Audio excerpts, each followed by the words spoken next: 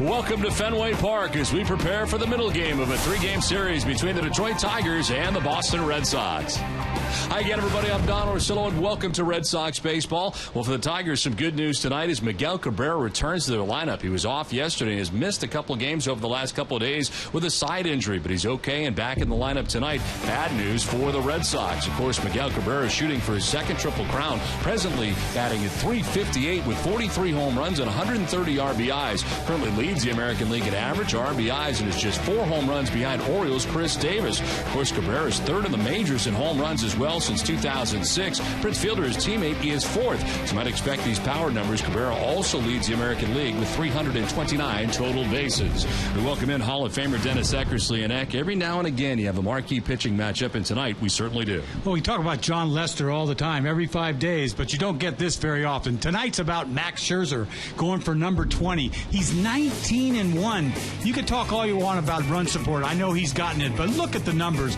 Look how he pitches on the road. 8-0, average 172 average against them, and that's better than at home. Everything's good when you look at these numbers. 19-1, not bad for a guy that could possibly be their second pitcher in the rotation behind Verlander. What a year this kid has had.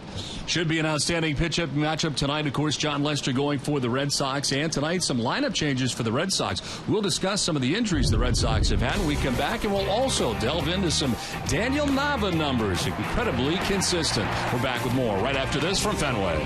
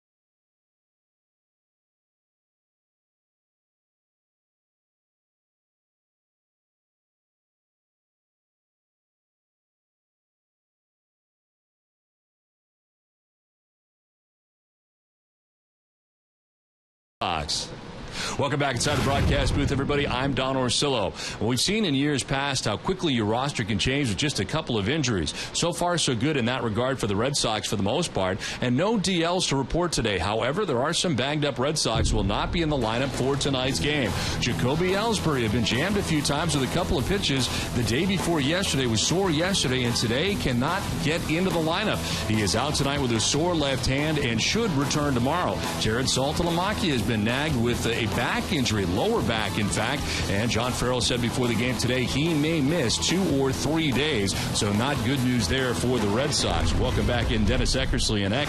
Tonight, back in the lineup for the Red Sox is Daniel Nava, who's been incredibly consistent. Absolutely. You can count on Nava all year long. He doesn't play every day, but when he does, he gets on base. And last night was just another example. Yesterday, he used the whole field, base hit to left field the first time up, and he's going to split the gap the next time up on a breaking ball off of Fisher for his first double of the day, and the next time up he hits a ground ball in the hole between first and second. He's been doing his number all year long, up over 300 right now, left-hand side of the plate. He's been devastating. You know, he works the count, he makes it tough on the pitcher, and he's been consistent for the Red Sox all year long. Tonight should be quite a matchup, not only between these two teams, but these two pitchers. Should be a lot of fun. Come back and join us for Game 2 of the series from Fenway Park right after this.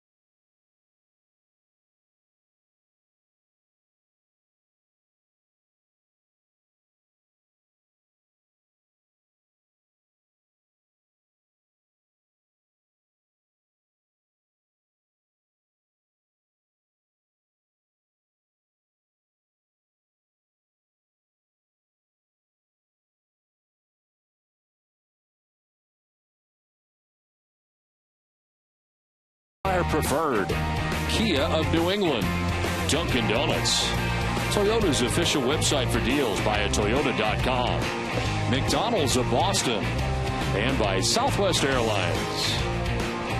Welcome you back to Fenway Park as we get ready for Game 2 of this 3-game series between the Red Sox and the Tigers.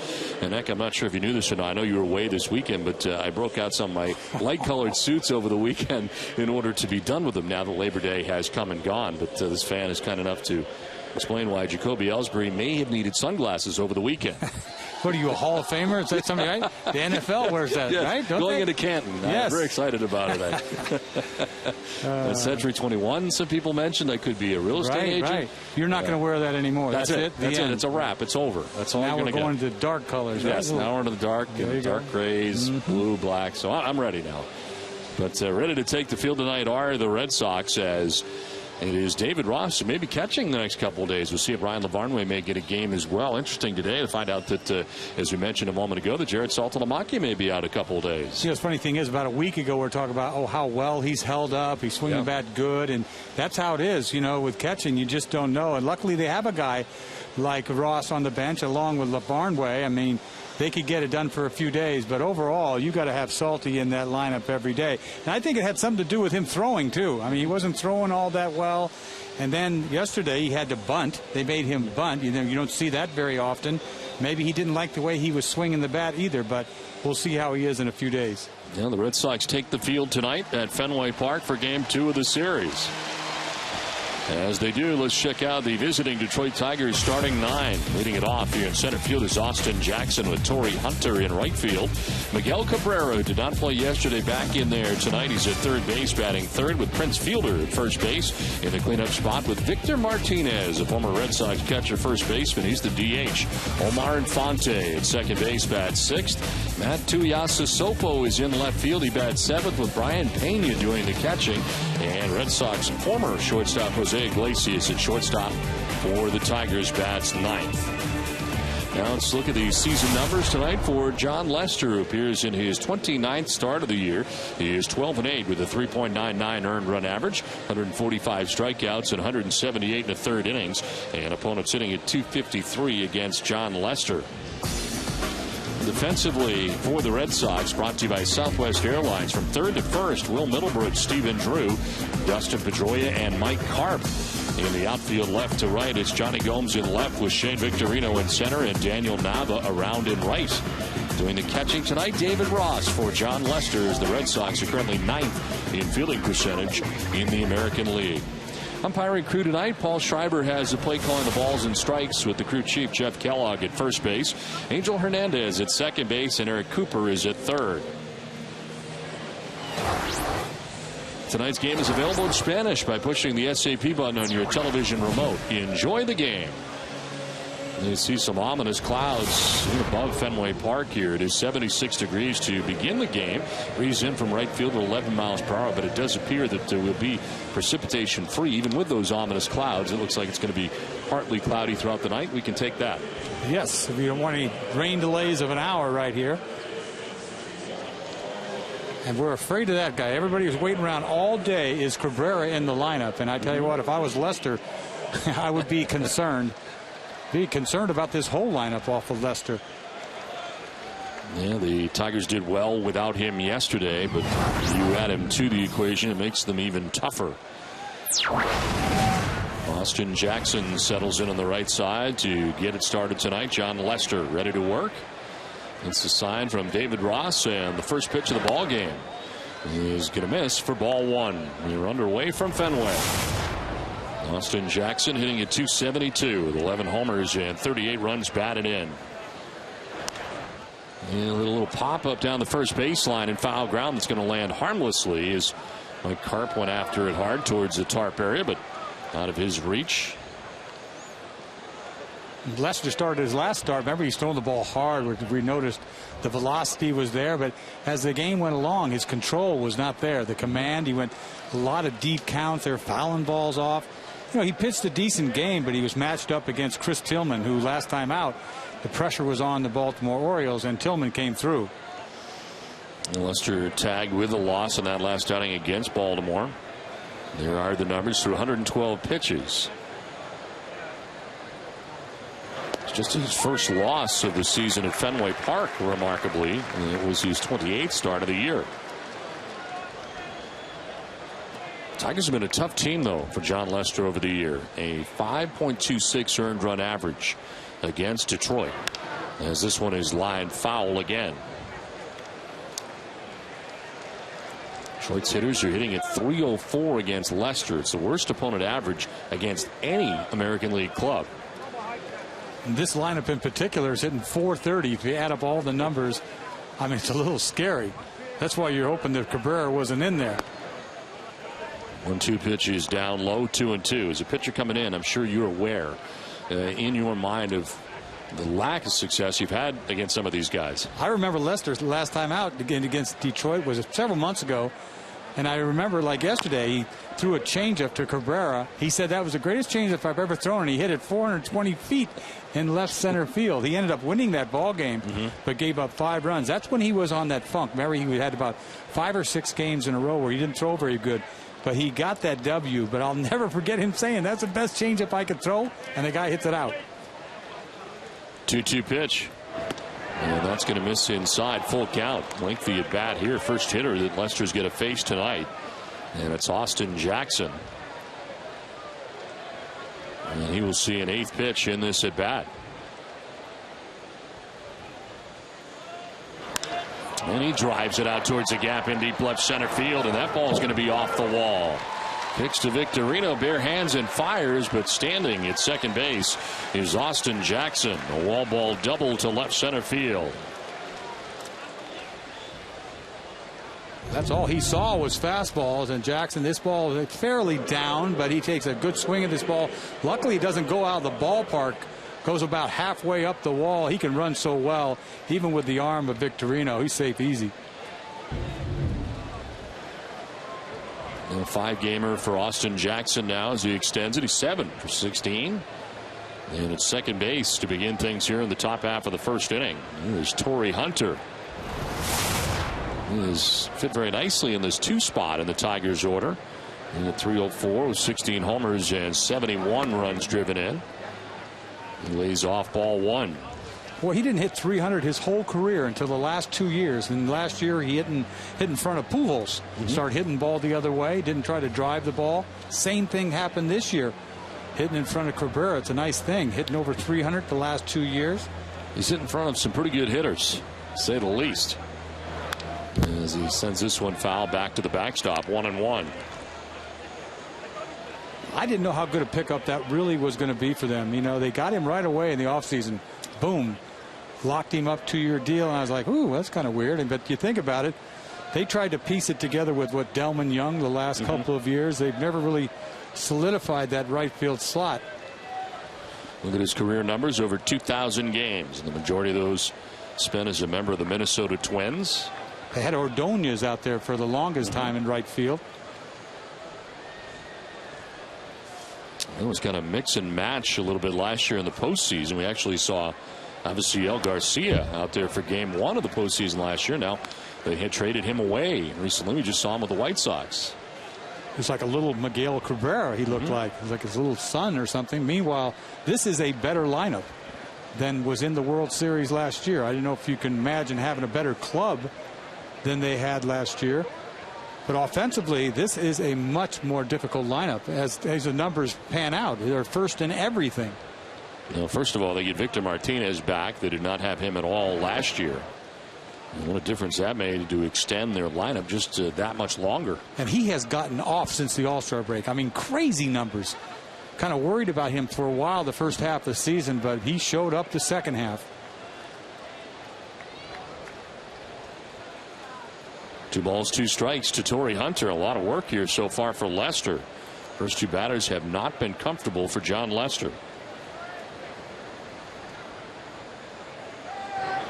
Hunter grounds it foul over by his own dugout and into it. We'll start following NESN on Twitter for the latest breaking news and programming alerts. It's all available on your computer and mobile device. Follow us on twitter.com/NESN. Leadoff double by Austin Jackson here in the top half of the first inning. Torrey Hunter batting here with a count of 2-2.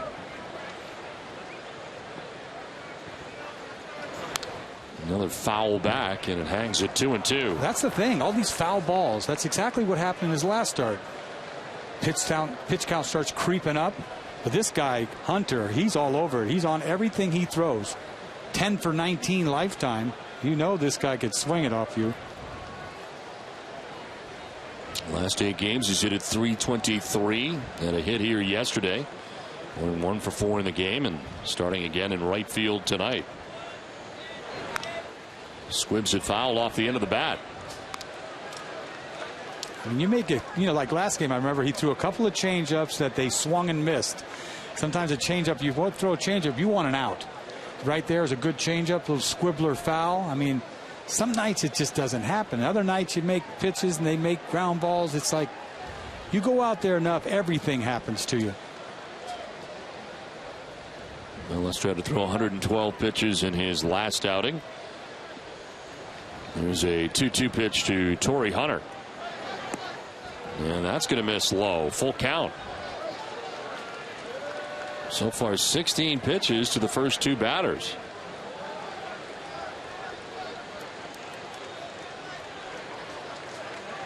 He's thrown everything to Hunter. Hunter's seen everything. Hasn't seen his hook. He hasn't thrown him a hook yet. And I don't think he's going to throw him one here. A little fastball away. Something away.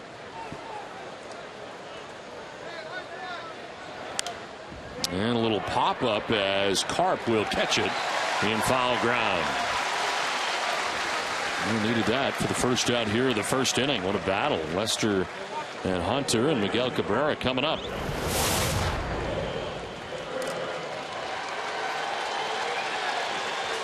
358, 43 home runs, and 130 runs batted in. First was not in the lineup yesterday, nursing a sore side. And today there's some question whether or not he was going to be in it. They waited a long time to post the lineup, and finally they did, and he was in it. And here is Miguel Cabrera.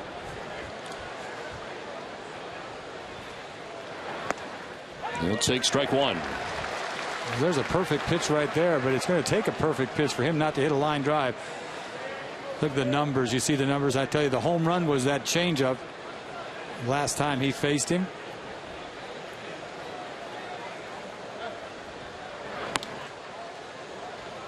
Missing for ball 1, 1-1.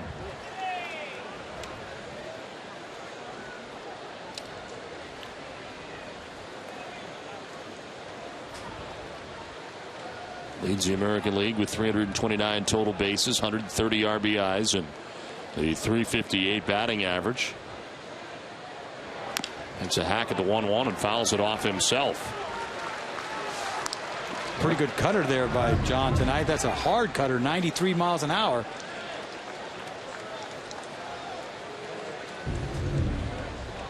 The Tigers begin tonight's game with an 8.5 game lead over the Cleveland Indians. So they've got quite a bit of space now between them and the second team in the division. So they can start perhaps resting some guys and getting ready for the postseason now at this point. And what they're really after is, the best record more than anything else. That's the only thing left for them to get. 1-2 pitch in the air to right field as Daniel Nava's out there tonight in right. He makes the catch. Tagging at second is Austin Jackson. He'll get to third without a problem. And the Tigers have a runner at third with now 2 down.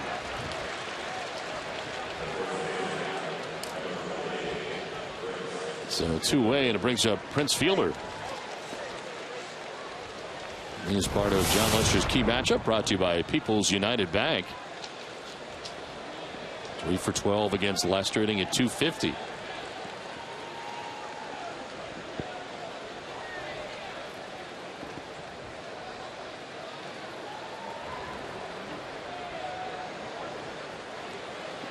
Jackson 90 feet away at third base. 2 down here in the first inning. And out goes Ross to talk to Lester.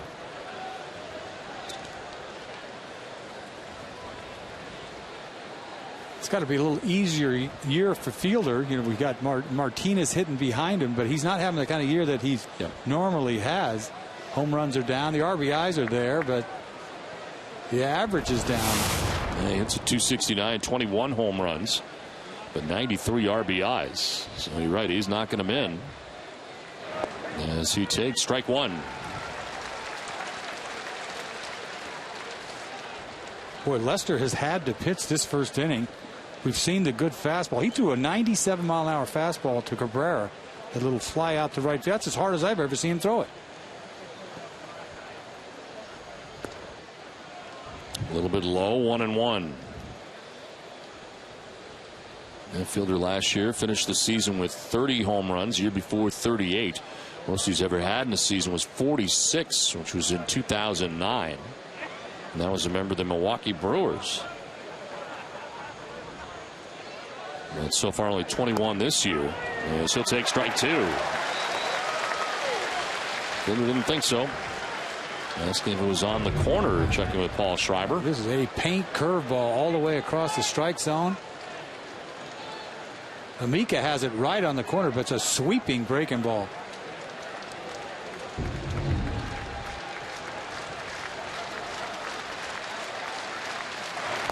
Fielder strikes out, and Lester gets out of the jam. Leading it off will be Shane Victorino when we come back.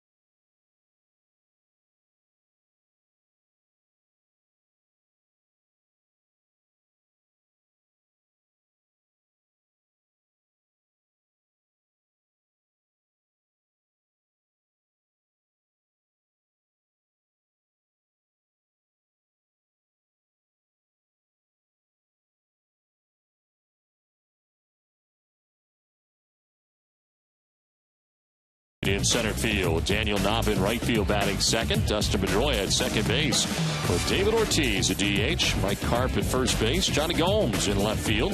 Stephen Drew at shortstop at seventh with David Ross doing the catching eighth. And Will Middlebrooks at third base bats ninth. Now for the Tigers, it is Max Scherzer getting the start this evening. His season numbers are brought to you by Nissan, and they are very good. His 28th start of the year, he is 19-1 with a 2.90 earned run average, 183 and a third innings, 201 strikeouts. Now he is coming off a tough outing last time out, a no decision, which he gave up 6 runs, 5 earned, and a total of 5 innings. That was against the Oakland A's. But there have been very few of those, as you might imagine, with a record of 19-1. I guess so. 19-1. Talk about branch work. You got to be good and lucky, and then you're 19-1. I mean, what do you say? The guy's got over 200 punch-outs for the second year in a row. The league's hitting $196 off him. He's got gas from 92 to 97. He got a nasty slider, great changeup, and now he's come up with a little curveball he probably shows to left-handed hitters. 0-2 pitch, and he strikes out Victorino. Foul tipped into the catcher's mitt. He's carried that in 3 pitches. Now the Tigers defensively is brought to you on NESN by Verizon Fios. Miguel Cabrera at third, Jose Iglesias at short, Omar Infante at second base with Prince Fielder at first base, Matt Tuiasosopo in left field, Austin Jackson in center, Torrey Hunter around in right. There's Brian Pena as the catching for Max Scherzer. Tigers are 5th in the American League in fielding percentage. One down for Daniel Nava, takes a pitch inside for ball 1. You got a much better chance hitting left-hander off of Scherzer. I mean, he's nasty on a right-hander. You just saw that nasty slider that he threw to Victorino. 1-0 pitch in there for a strike, and it's 1-1. He's also got that fastball at 95 miles an hour he just dropped in there. A little deception in there, too. It kind of gets on you. 4th career start for him here at Fenway. He's 1-1 with a 4.34 earned run average. Nava fouls this off to the left out of play. American League All-Star squad this year for Scherzer. First time in his career that he has been named an All-Star. Enters his start tonight looking for his 20th win of the season. It's already his career high in wins. This is outside with that. 2-2. You talk about guys all-time winning percentage. You can't forget Guidry, the year he had 25-3 back in 1978.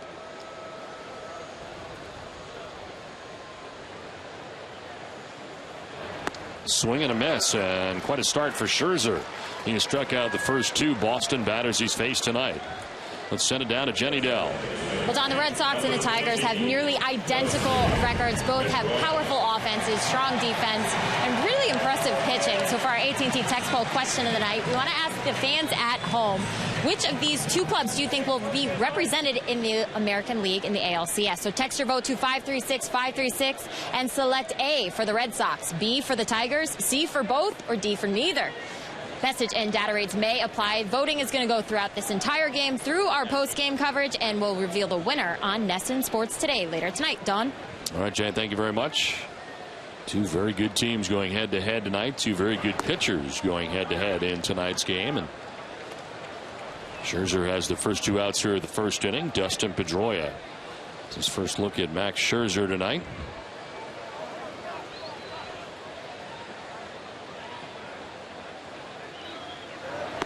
And a swing and a miss. It's almost like he threw his slider by him. This is a slider, but it goes in the glove. I don't know if he was guessing something else, but he's come out of the gate throwing the ball great tonight. 308 homers and 76 runs batted in. And that is off the outside edge with a fastball. 2-2. He makes a pitch there, you're done. I mean, see you. Take it in. It's that angle that he drops down just a hair to a right-handed hitter, a little crossfire almost. Ball down and away is almost unhittable.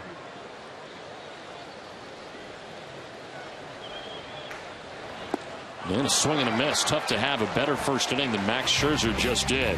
Victorino, Nava, and Pedroia all down by way of the K.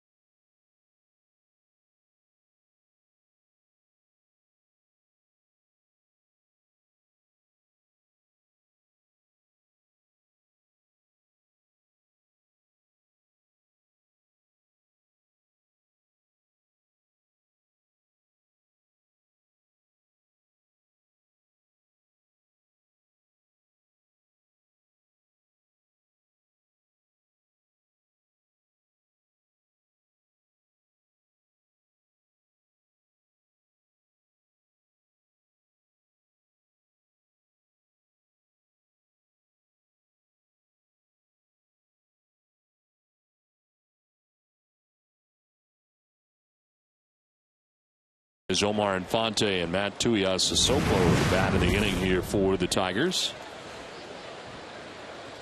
John Lester had to throw 25 first inning pitches and really battled with Austin Jackson and Torrey Hunter. Jackson doubled to begin the first, and Lester worked his way around that as he deals with strike one to Victor Martinez. 298, 11 homers, and 78 runs batted in by Victor Martinez. It's come a long ways. Leads the American League in hitting since the All-Star break, 380, and he has no speed. In the air to shallow center field. Pedroia giving way to Victorino, calls him off and makes the catch for the first out of the second inning. Ever find yourself guessing what you think is going to happen during every at bat? Well, there's an app for that. MLB Pre-Play is the official prediction game of Major League Baseball, and it's free to download on iOS and Android. Download now at NESN.com/preplay and play along during every Red Sox game. One out in the second inning as Omar Infante stands in. Infante takes strike one.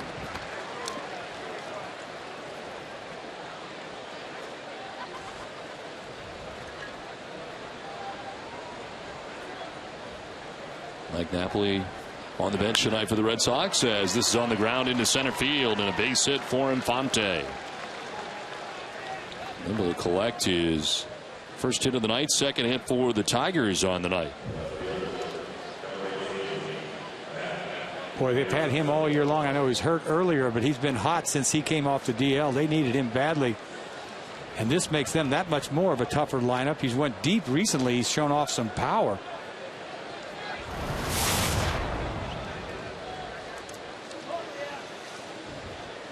Matt Tuiasosopo hitting at 278, 7 homers and 30 runs batted in.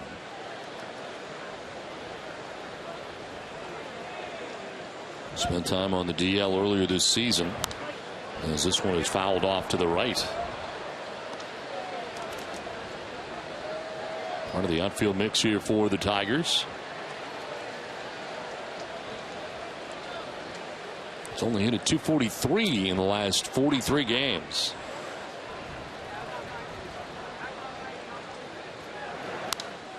Fouls it back off to the right, 0-2. Well, if they can get that mix in left field right, I mean, please, as if things aren't going well for them to begin with offensively. We get Dirks to swing the bat back and forth with him on the right-hand side. They got Kelly that they move all the way around, a utility guy. Well, Kelly yesterday appearing at third base. We did see Dirks in left field in yesterday's game. This one fouled down the right field line, out of play into the grandstand area. Red Sox baseball is brought to you in part by Grinds Coffee Pouches, the healthy alternative to tobacco for professional baseball. For more information to get the product the Red Sox players use, visit getgrinds.com today. One out, Omar Infante at first base. And an 0-2 pitch. Tuiasosopo strikes out. Called third strike. Second strikeout for John Lester of his night. Lester has thrown some pitches early on in this game. A 93-mile-an-hour cutter on the corner, inside corner paint. This is a pitch.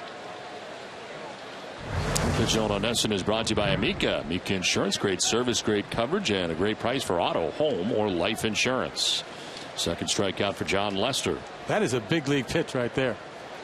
If you can throw a cutter that velocity on the corner, it makes them say, we got to swing at that cutter. There's Brian Pena, as Alex Sevilla caught yesterday. Pena catches today, drives this to left well, and it's going to be over Gomes' head. One hops the wall as Infante takes third, stopping between first and second and diving back to the bag at first is Pena. He looked up, was not halfway to second base yet, and that ball was coming back in. Well, the second I say you have to swing at that cutter, he does. Pena, and hits it over the head of Gomes. The ball wasn't really crushed, but you see the cutter, little extension there. He looked at that thing like he hit it over the wall. Meanwhile, it's just over the head of Gomes. One hops the wall. You see Infante go to third easy. I thought that Pena could have went to second. You see the cutoff right in the middle of the field, the shortstop, and he stops halfway to second and goes back. Obviously, he can't run.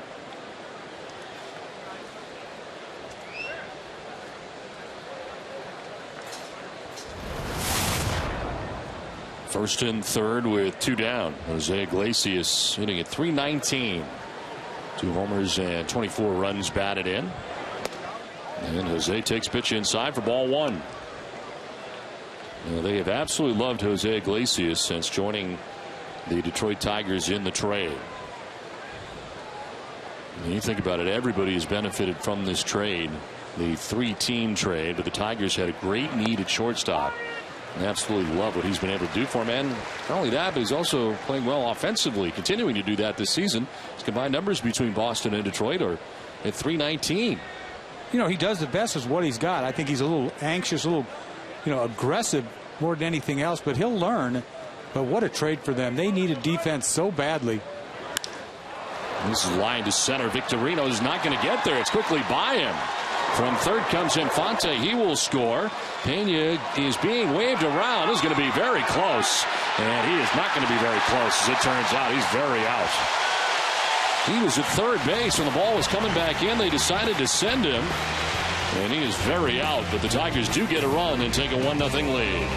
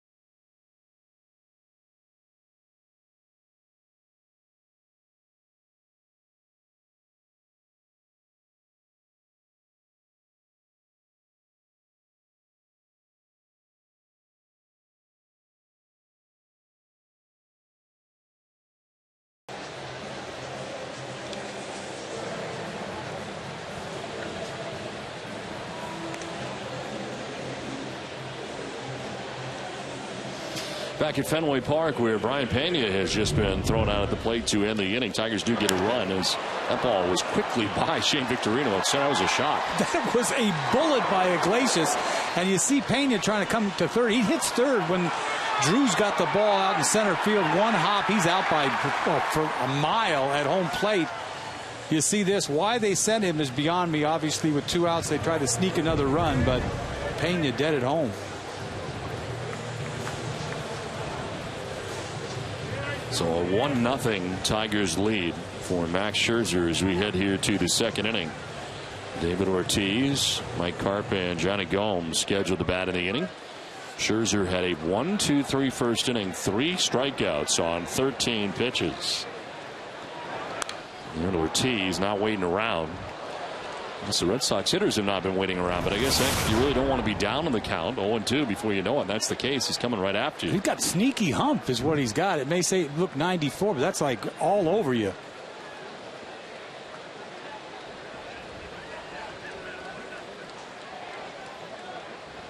Ortiz backing out again there briefly. Scherzer wants to get it and go. Count of 0-1 here, ready to go now. And it's fouled off again. 0-2. 96 and right at the heart of the plate. And that ball's got late life. He's all over the place. I tell you, before he used to had control problems. He used to walk a lot of guys. You know, he can lose it an inning here, an inning there. That's what he stayed away from this year. His walks are down. Confidence through the roof, to say the least. Haven't seen his changeup yet. He's got a nasty changeup.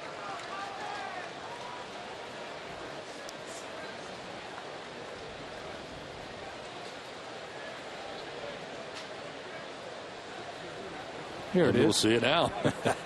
On cue, the 1-2 is downstairs, not tantalizing enough. 2-2. Center fielder Austin Jackson over towards right center. Good sized gap out there in left center. Infield in the shift on David Ortiz.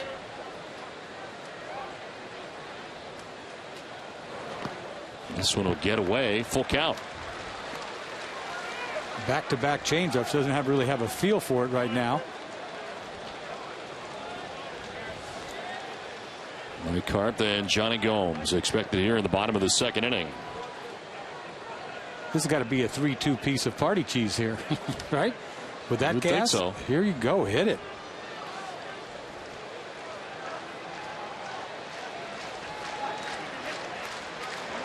And Ortiz chops it to first. It's gathered by Fielder, who will take it to the bag and tag it for the first out of the second inning. So Scherzer's retired the first 4 that he has faced in the game. Well, Dunkin' Donuts is proud to give back at every Sox home game. Dunkin' hosts a nonprofit children's organization. Today we welcome the Lynn YMCA from Lynn, Massachusetts to historic Fenway Park. Dunkin' Donuts committed to the community. Meanwhile, he threw Ortiz another changeup.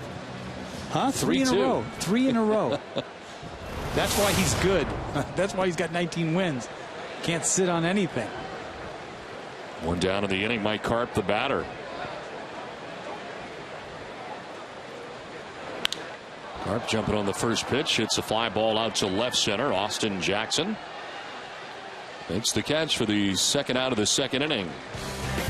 Well, today the playoff schedule is announced, Eck, and the wild card games will be played on October 1st and October 2nd on different days. The National League and the American League. And then the NLDS will start on October the 3rd. ALDS starts a day later.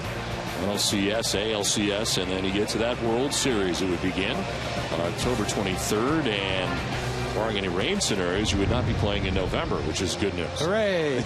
You know, the problem last year, they tried to shove everything in there, and they were praying that there wasn't a playoff game, one extra game, or they would have been in trouble. Now they've given themselves a little bit of time to have that take place. Yes, more than enough time.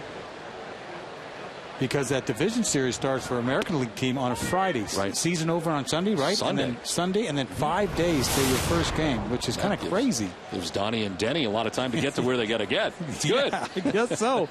But so what about lining up your pitchers? You got, I mean, obviously you win the division, you get to do whatever you want. Right. But there's a real to win the division now. mean something. Oh, totally. And I think that's very good that it does. But I agree with you. I don't think it should be a one-game playoff. No. It should be 2 out of 3. Should. You don't play that many games for a one-game playoff. Down the line at third. Diving is Cabrera from one knee. The throw is going to be off the mark. And diving back to the bag because he had made the turn inward towards second was Gomes, and he gets back. What a bid by Cabrera. He may have had time to get himself up. I don't think he realized that Gomes was running. Well, he's not exactly feeling great over there. No. Cabrera, he's in the lineup. What a pick. One-up pick. You know he's got some abdominal problems. He just tries to flip it all the way across the diamond. If that throw was on the money, it might have been a close play, but Gomes thought it was going to get away from Fielder. He's ready to go to second. But that's a great pick by Miguel. You know there's something physically wrong with him. I mean, he's not going to pop right up. I don't think he pops right up when he's feeling good. Now it is a base hit for Johnny Gomes with 2 outs here in the second inning. Stephen Drew hitting at .245, 11 home runs, 54 runs batted in.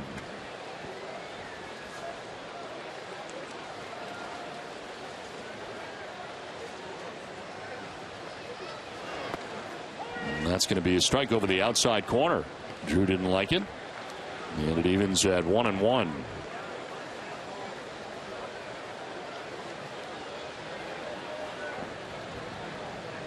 Must have been very aggressive with Scherzer. Not really a surprise that Drew has not been. Pretty patient hitter as he stands in again here with a count of 1-1. Swings this time and hits a fly ball to shallow left field. Tuiasa Supu comes in to make the catch. It ends the inning.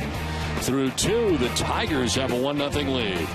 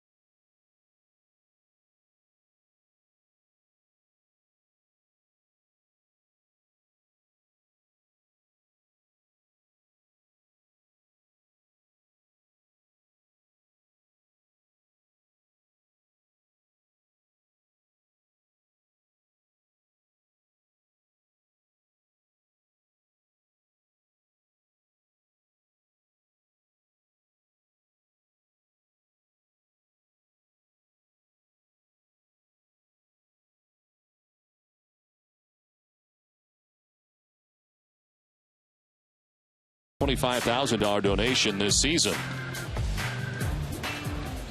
1-0 Tigers have the lead over the Red Sox. So we head into the third inning. It's the top of the Tigers order, and Austin Jackson, as he doubled in the first inning as one of 4 Tigers hits off John Lester tonight.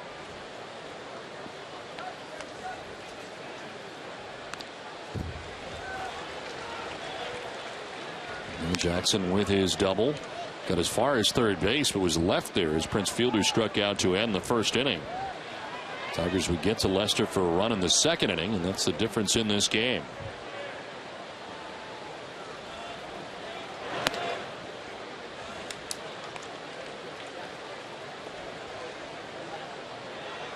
Tampa Bay continuing their West Coast trip tonight. They're in LA to take on the Angels. Red Sox have a 5.5 game lead over Tampa Bay, and there's strike three to Austin Jackson. One of that outside corner for strike three. Beautiful sequence by Lester, and he finishes him off with a fastball right on the corner. Couple cutters in, high fastball, changes his eye level, paint, outside corner, sit down. Third strikeout for Lester of the night. He's had one in each inning so far. And it brings up Torrey Hunter.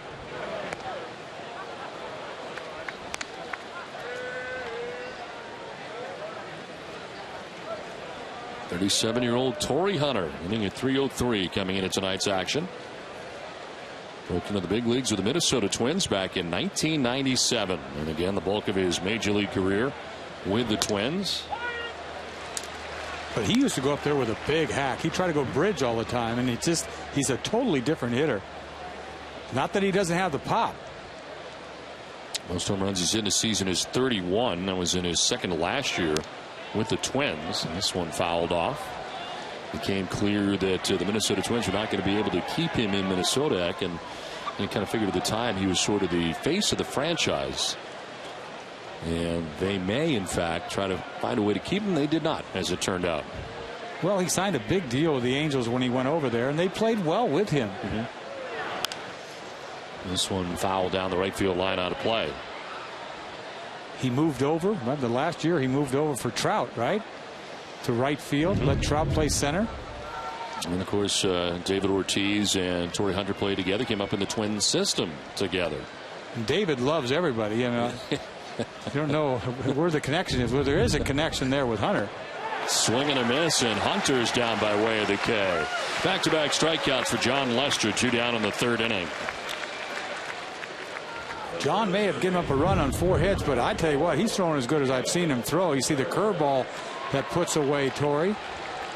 Torrey looking for that hard cutter and takes a little off the curveball, gets him out front. Beautiful thing. So 2 down here in the third. It brings up Miguel Cabrera. Flied out to right field in the first inning, 0 for 1. And then a swing and a miss that was biting in at 93 miles an hour. I mean, that's as good as it gets, isn't it? I mean, that's one of the best cutters he's had all year. I mean, it's got hump, 93 cutting.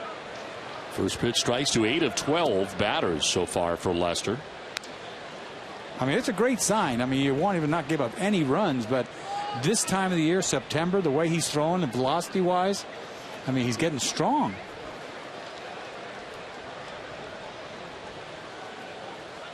Are we making too much of the time that he had out for around the All-Star break? As it did appear it coincided with his rejuvenation a little bit in the second half. Well, I'm sure it helped, but I've always thought he's a stud, man. He is a horse out there. He's such a strong kid. Big legs on him. That's how you make it throughout a whole season. You got to be built like that. Swing and a miss, and it's 2-2. Foul tipped it on the curveball that time. Here's that curveball. He's mixing in a curveball. You know, messing up their timing. Hard cutter and little curveball that's about 5-6 miles an hour softer. That's why you always wonder about Buchholz. He's so thin, you know, they're totally different body types. And where's Buchholz been for 3 months? Cabrera strikes out. 1 around to Jeff Kellogg. 1-0 Tigers. David Ross will lead it off when we come back to Fenway.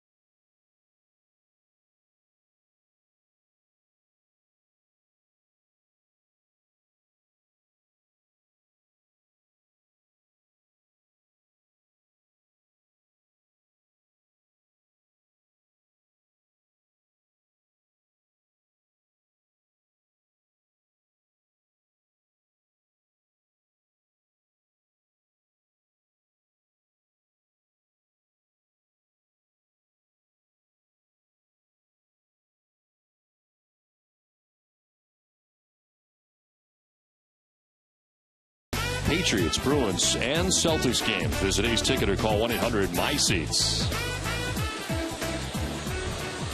1-0 Tigers have the lead over the Red Sox. We head to the last half of the third inning back at Fenway.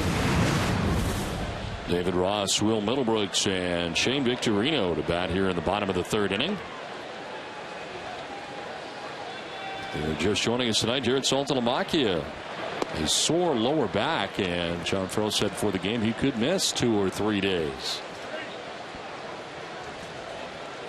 And Jared has certainly caught a lot, but banged up. So David Ross and Ryan LeBarnway perhaps the next couple of days. We'll see how that works out. You think about Salty, though, behind the plate and how tough it is to go down, 120 games, whatever it is. He's been back there a long, long time. That big swing, it's going to take it out. I mean, I could just imagine the back as being a problem, the way he swings the bat.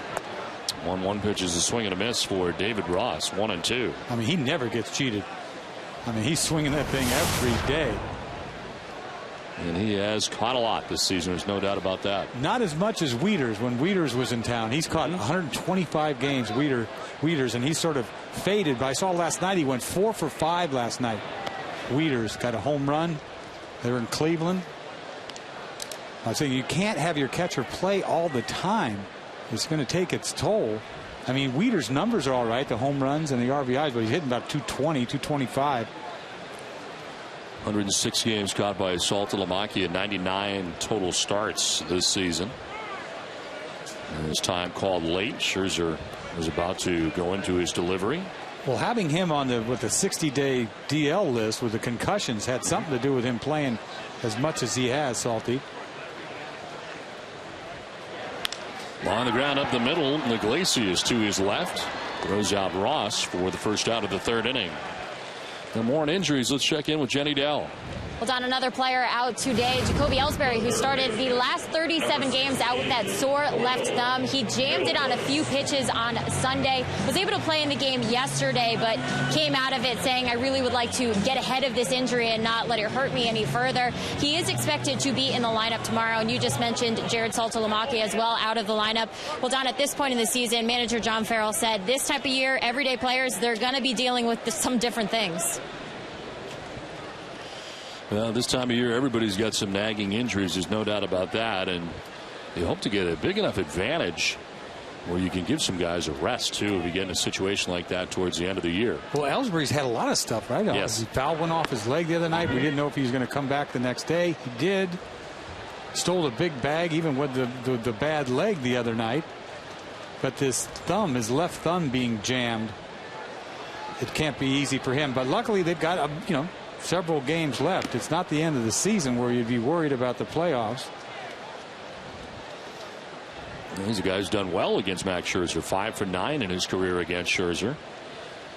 And on the lineup today is Scherzer has given up just 1 hit through 2 1/3 innings. His 1-2 pitch is strike 3. 4th strikeout for Scherzer of the night. Third one on a fastball, looking, trying to throw the ball away, but still gets the plate inside and just freezes Middlebrooks. Middlebrooks might have had a slider on the back of his mind. So 2 down here in the third inning brings up Shane Victorino. Struck out swinging in the first inning. Was part of a 1-2-3 first, all 3 strikeouts for Max Scherzer. And Victorino, Nava, and Pedroia.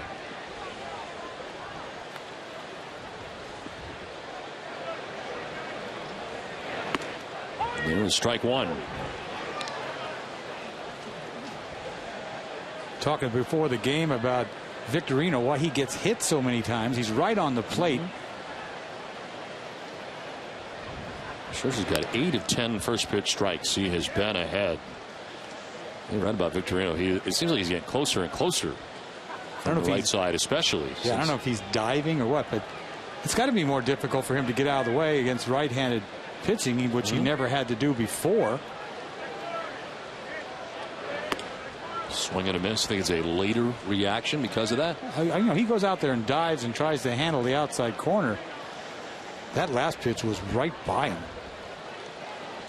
And Sharon Meyer from WCSX, who will be joining us next half inning here from Fenway Park. Swing and a miss, and striking out is Victorino for the second time tonight. It's 5 Ks for Scherzer and a 1-0 lead for the Tigers.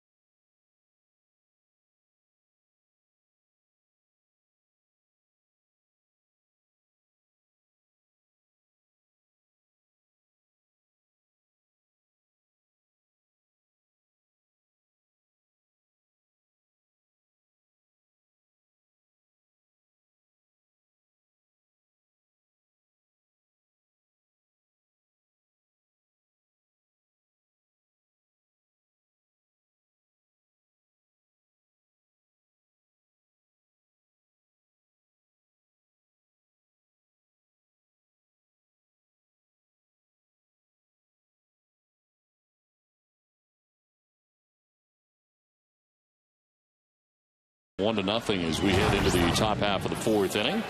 John Lester back on the mound dealing with Prince Fielder to begin this 4th inning. And as promised from WCAX TV in Vermont, Sharon Meyer joins us. Sharon, great to see you. It's good to see you too. Glad to be here. Back again. Nice to meet you, Dennis. Thank you. Well, the weather has been a little touch and go here today, but are we okay for the rest of the night? It's looking better. I did just check the radar. Usually I need my big weather computers, but I have my WCAX weather app that I'm going to promote to everybody right now. Okay. And you can at least look at the radar. I don't see anything on the radar right now, but it is so humid out that really anything could sort of pop up at any time. A bobble at third base, and the throw is still going to get time to get Fielder. It has not run well, fortunately, for the Red Sox, and Stephen Drew, even with the bobble, able to get him at first base. Sharon, part of our great partnership that we have with WCAX, of course, in Vermont. We had the chance to go up there this offseason as well, right before the season, and go to the State House. March. Most people don't come to Vermont during mud season. It was kind of muddy. It was mud season? It was mud season that time of year. We went up to the State House up there. We usually give out awards to people who come visit during that mud right? season. Yeah, winter people love to come to Vermont. Summer, fall. How far season. up is it? Oh, it's not that far. It's not that far. Like 3 hours and 15 minutes, maybe. Yeah, it wasn't too bad. Yeah, it was part of our tour. I get it. Yeah, I remember that. You guys loved every minute of it. It was great. Yes. It was great. A lot of people came out. Next year you'll have to come too. Oh, I can't wait. There you go. Sign me up. Huh? Which did you like better, your little trip through Vermont or spring training? Come on. I enjoyed my time in Vermont, but I have to be honest, I really enjoy spring training. Something about that time of year about being in Florida is pretty good. Yeah, I would think so. I don't blame you. You are from the Boston area originally? I did. I grew up outside of Boston, so lifelong Red Sox fan. Fell in love with them at an early age. Of course, I had to have a couple of your baseball cards, or I had a couple of your baseball cards. What'd you do with them? What happened to them? In a weak moment, I gave them to one of those little kids that carries them around in the notebook every day, everywhere he goes. And then I thought to myself, well, he's probably going to enjoy my baseball collection better than I do. But I don't know. In hindsight, I'm not so sure that's true. Just because he carries it around in a notebook, maybe I shouldn't have given him up. But it's different now. I mean, it is. I don't know about you, but when I was a kid, we get the baseball cards and we sort out the Red Sox players. He's on the ground to short, and Drew will fire to first for the second out of the inning. NESN's coverage of Red Sox baseball is brought to you in part by Eastern Bank. You always put others first. Would be nice if your bank did the same thing with products that make life easier and a commitment to helping those in need. Here, your first, Eastern Bank. What is the toughest thing to predict, would you say?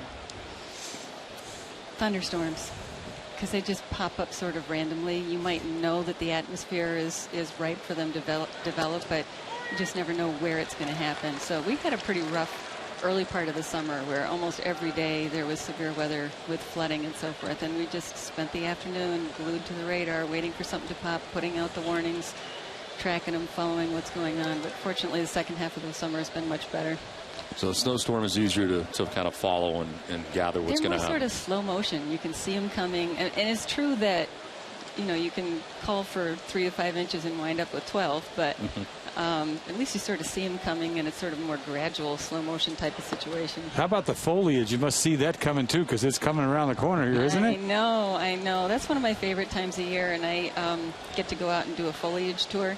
I do a lot of things sort of other than weather. In addition, I do some garden segments and nature segments and go and do a foliage tour so I can drive around the state and show people where it's looking pretty and what's making the colors turn and so forth. And that yellow suit that you were showing Yes, earlier? yesterday. Yeah. You could actually wear that in Vermont through foliage season, I think, because, the yellow going with the orange and the red actually wouldn't be so bad. Wouldn't be bad. I mean, it's not terrible. Yeah. Wear it once a year and then I break it out. Apparently some people needed some sunglasses, apparently, Jacoby Ellsbury. You don't go gardening with that thing on. Well, Eck was talking about learning how to garden. How hard is it to be a gardener? He wants to garden. Well, I've been working with an expert gardener for many years, and my garden is still terrible. So. Oh, really? But I just That's why we keep giving this. Because I'm so high stressed that I always thought everybody told me do some gardening, and for the life of me, I said, well, maybe I'll try that one of these days. Can't picture. Can you imagine that? On all fours, digging a hole to put something in the ground. Making it happen. I'm making it happen. This one is chopped to third base, and that'll wrap up the inning and our conversation with Sharon Meyer. Thanks for coming up. Great to see you. Good to see you, too. Thanks, Sharon. Red Sox trail 1-0 from Fenway.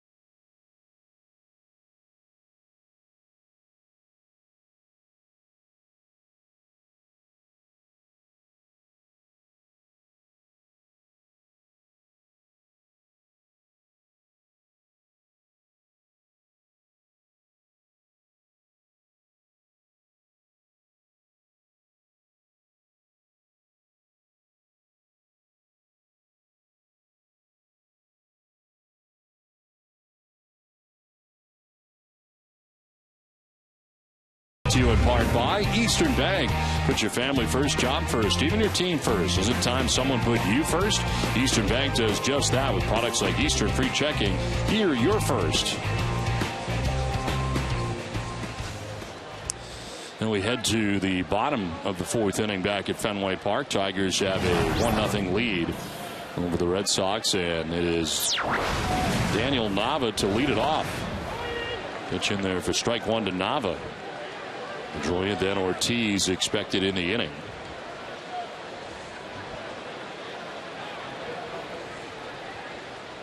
I can't wait to hear about how your gardening goes in the fall. This is line to right. Hunter coming in to make the catch on the sinking liner. Going to first out here at the bottom of the 4th inning.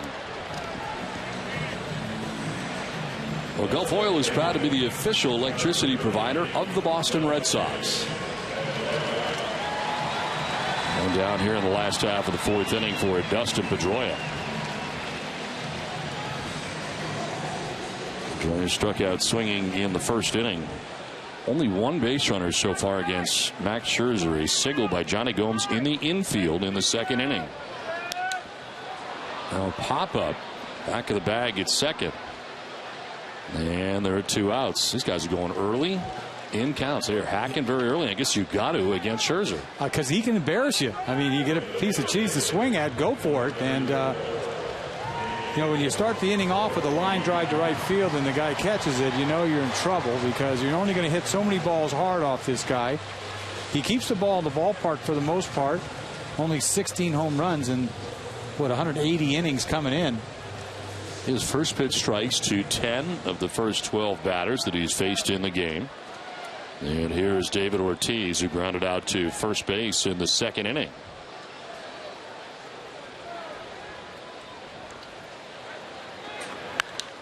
And he'll pop it up into shallow center field. Incoming is Tuiasa Sopo, but it's going to be Jackson's ball to catch in center field. A 1-2-3 4th inning, a 4-pitch inning. 1-0 Tigers.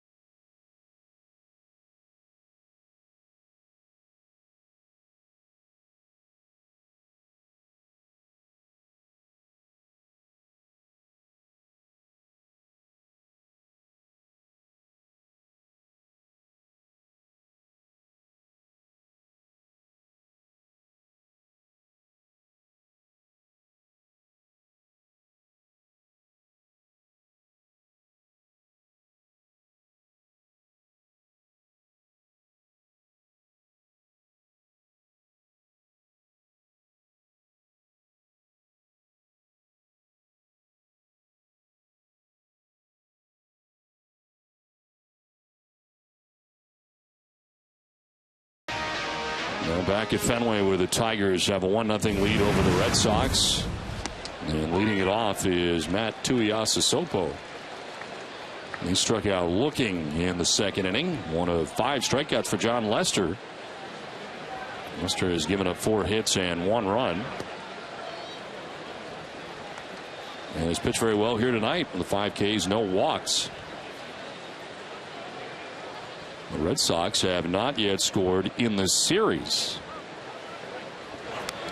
Someone fouled straight back, and it's 1-2. You know, John, once again going up against a tough pitcher last time out. Chris Tillman did a nice job against the Red Sox, and you know Scherzer, he's smelling number 20 tonight.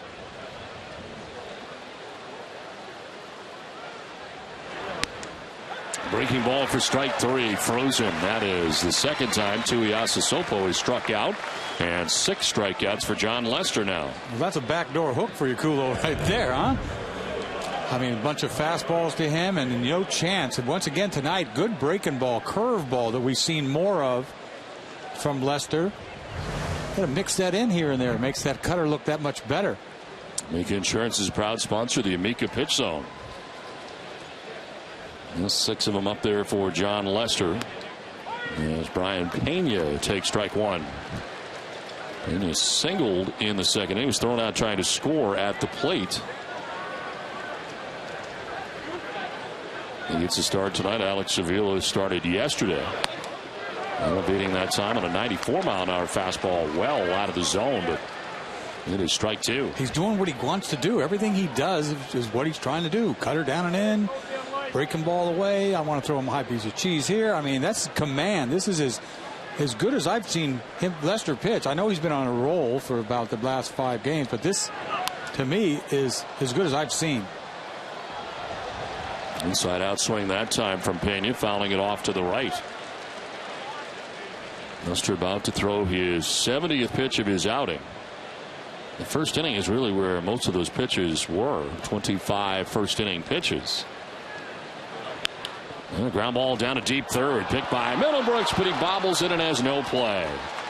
Initially looked like he grabbed it, but drops it and cannot make the play at first base, even with Pena running.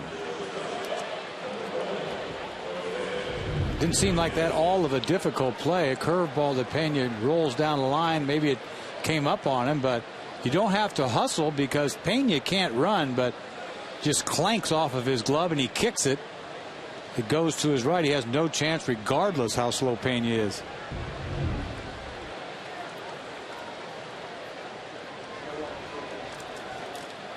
So error charge to Will Middlebrooks with 1 out here in the 5th inning. 9th error this season for Will Middlebrooks.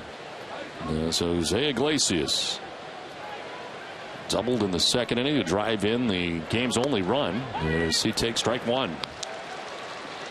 Well, he had enough of that. Lester last time out, fastball. Iglesias hit a bullet over Victorino's head. It got out there in a hurry. This time up, he starts him off with a changeup. Enough of that bullet stuff. It looked like it surprised him because he was running sideways and it quickly got by him. It almost looked like he was rising. As it turns out, they throw Pena out at the plate, or that inning could have been a little longer.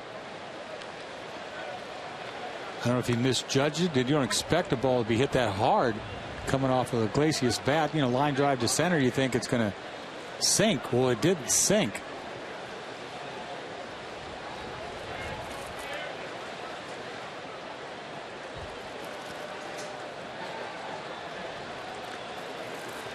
First one down. Jose Iglesias with a count of 1-1.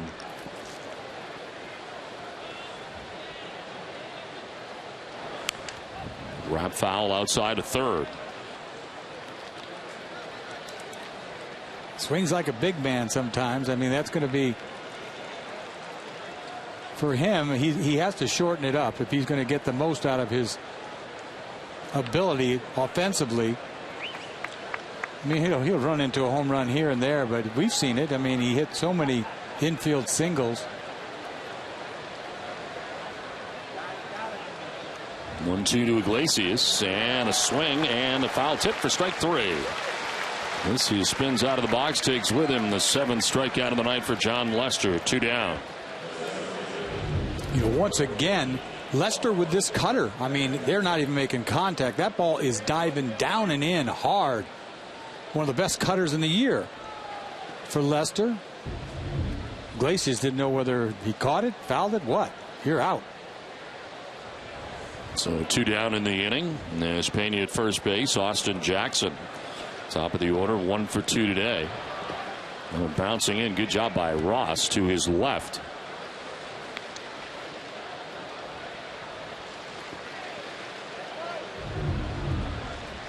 See a nice block by Ross. That ball biting down and in. Came back up.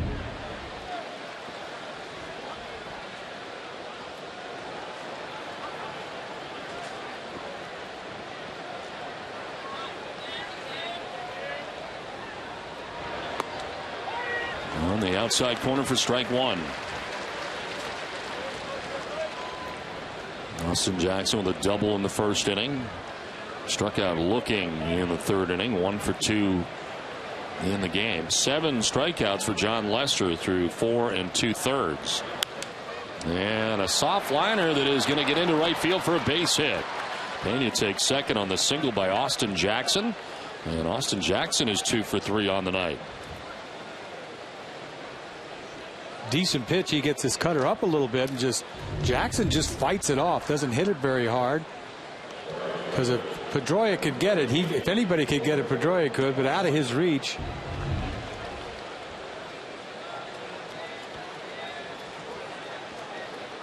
So 2 on, 2 down, and Torrey Hunter, the batter.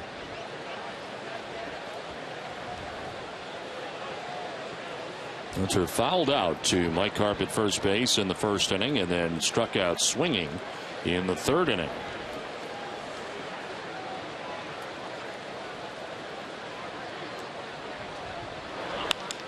Into left field, a base hit.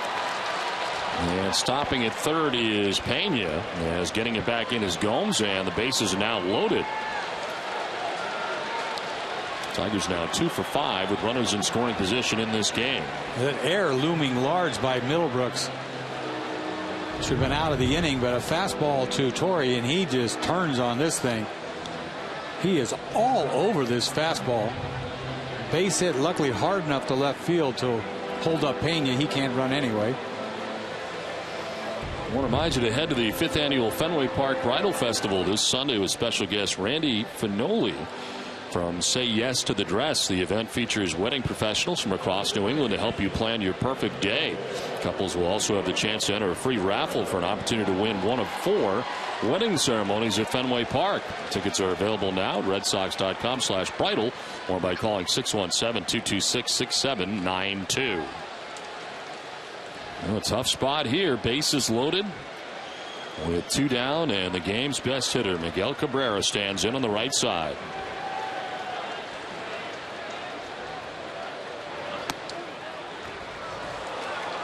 The scary part is he is due because he does not have a hit tonight. Well, there's nowhere to put him. That's the problem. Pena at third base. Jackson at second base. Hunter at first base. 2 down here in the 5th.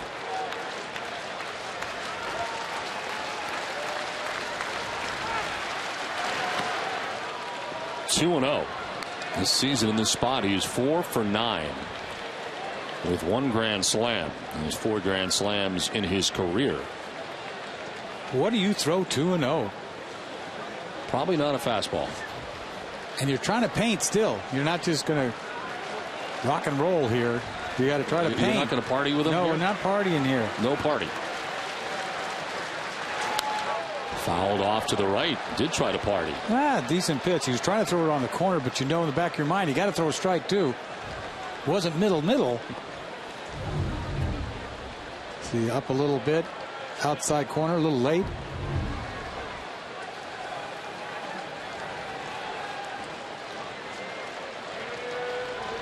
Bases filled with Tigers. 2 down here in the top half of the 5th. There's a 2-1 to Miguel Cabrera. And it's on the ground to shortstop. Stephen Drew will go to second for the 4th shot, and Lester gets out of the jam. Not easily done, but he gets it done. 1-0. Tigers have the lead.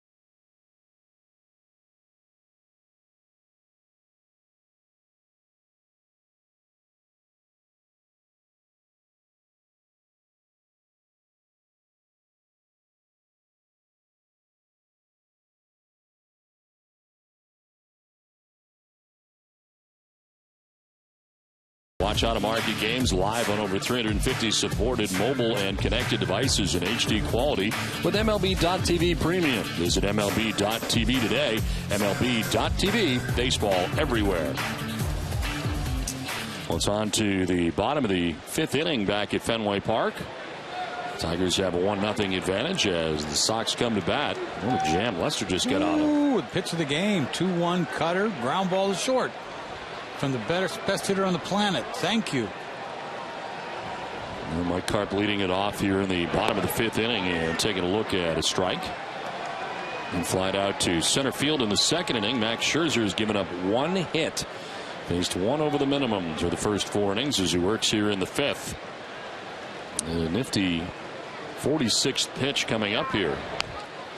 Off the end of the bat, foul. 1-2. He's hard to figure out. He kind of throttles his fastball a little bit. Throws across his body just a hair. Ball late movement, and he's got good breaking stuff. Great changeup. I mean, there's a reason why this guy is 19-1.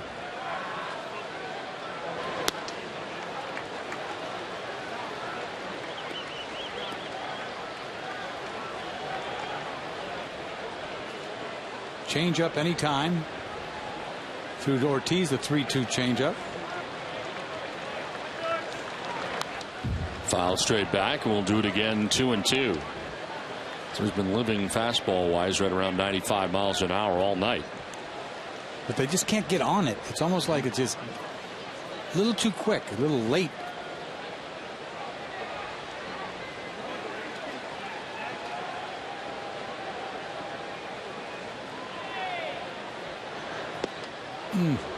Just outside, full count. He almost dotted that outside corner with a changeup. Just the second 3-ball count Scherzer has had on the night. And a swing and a miss as he goes back to the fastball and strikes out Mike Karp. That's 6 strikeouts now for Max Scherzer. Well, tonight we recognize Detroit's starting pitching for going the Firestone complete extra mile. Tigers starters lead the American League with 67 wins, a 3.48 earned run average, and 803 strikeouts. And in their last 47 games, they've recorded 33 quality starts. Detroit's pitching effort is recognized by Firestone, who know what it's like to help drivers go the extra mile. One down here in the fifth inning. Johnny Gomes is the batter. Gomes with an infield hit in the second. It's the only hit the Red Sox have. And that is strike 1. Let's put you on the spot, Eck. But if you had to decide who would start for you twice in a 5-game series, do you have Verlander start game 1 still, even with what Scherzer's done this year? Yeah, that's a tough one. It really is. But I got to go with him. You just do. I mean, the track record. I mean, he's the guy. He is still the guy, regardless if he's not having his best season. He could tow it up. He get it going for a big game. Went twice last year, game 1 and game 5 in the ALDS against the Oakland A's without a problem. But he's a different guy this year. He's not been the same. He's very hittable this year. I mean, it's hard to continue to do pitch like he did. I mean, 2 years ago he was ridiculous. He had it going on like you see Scherzer had it going on. 24-4 that year. MVP, Cy Young. But very hittable this year. You see that ERA 3.5, and it's like, what is that? You expect him to just go out there and knock this league out. But you know, the innings catch up with you a little bit. You know, it's hard to go out there and just keep humping. 1-2 pitch on the ground down the line at third. It's a foul ball. Oh, that was close. Right down the line, and standing on the line is Eric Cooper, the third base umpire. He got a good look, but crowd booing. Looked very close. That is very close.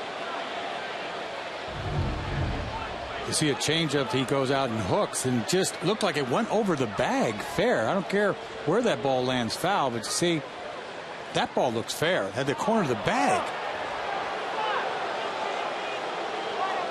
That is a fair ball. Fair ball. Is that the replay? Is that considered replay? Throw the flag.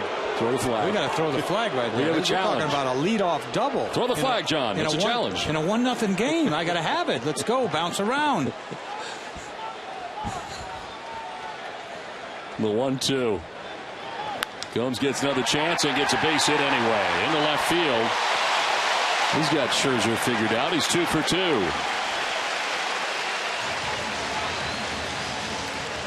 Boy, he hit a changeup foul that we thought was fair, and then he gets a slider this time and still does damage. You see the slider down away. How did he hook that ball? End of the bat, got enough of it, threw it in the hole.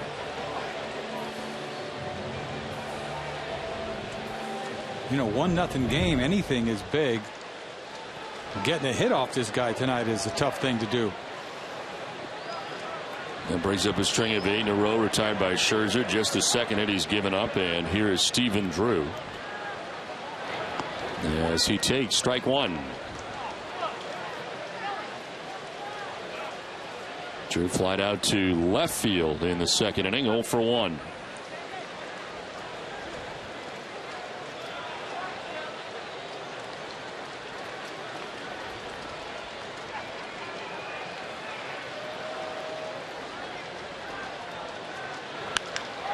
Driven to deep right center field. This is going to get down and one hop up into the bullpen. It's a ground rule double. Gomes will be stopped at third base, and the Red Sox have runners at second and third with 1 out. And Stephen Drew got into that one. Well, I'll tell you what, Scherzer's lucky this isn't a 2-run bridge ball, because this is a high changeup. Back-to-back off-speed pitches, and he leaves his changeup up, and Drew, he lifts this ball. I thought it had enough, but it one-hops the bullpen, and that's not a break for the Red Sox, because Gomes would have scored on this ball. Now second and third with 1 out.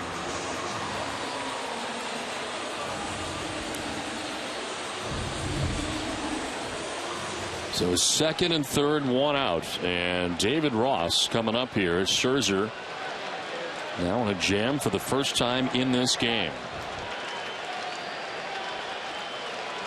Red Sox have not scored in the series. And a swing and a miss for strike 1. Back to the gas. If he's going to throw gas now, it's going to be the best he's got. And that ball's upstairs. He can't get there. He wants a punch out badly, but you got to get 2 strikes before you get 3.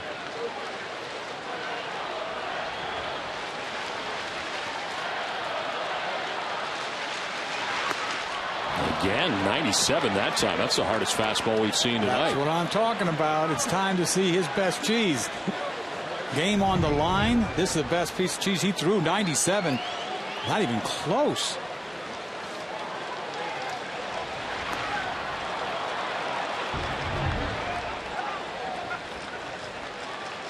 And he struck out Carp. Gomes with his single. Stephen Drew a ground rule double to right center. Second and third, 1 out. Swing and a miss, and again 97. Took care of business quickly on David Ross. 2 down. 7 strikeouts for Scherzer. You talk about hump right here. I mean, game on the line. Totally different fastball. 3 of them. All of them right by him. Ball up in the strike zone. But the velocity is beyond Ross right now. Overmatch.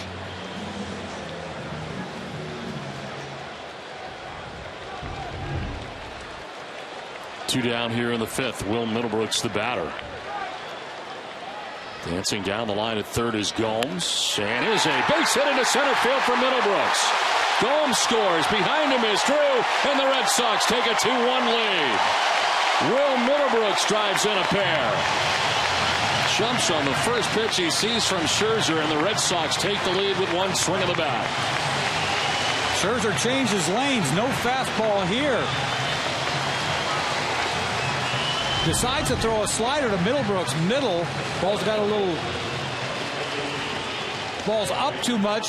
Middlebrooks doesn't try to pull. Hits it right up the middle. Atones for his error with a base hit. 2 RBI base hit by Middlebrooks. It's got to feel good.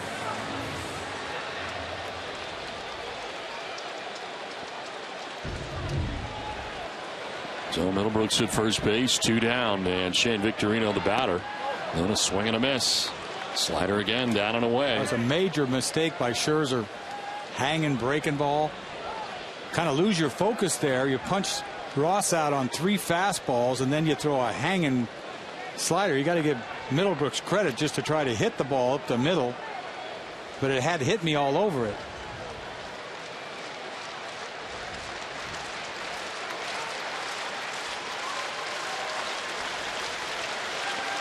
Well, now John Lester has a lead in this game. He has pitched very well. Red Sox have scored for the first time in this series.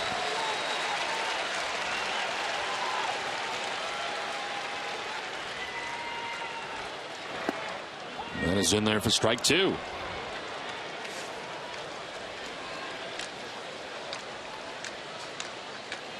Scherzer wants to kick himself. 2 bad pitches this inning. The high changeup to Drew and the slider to Middlebrooks.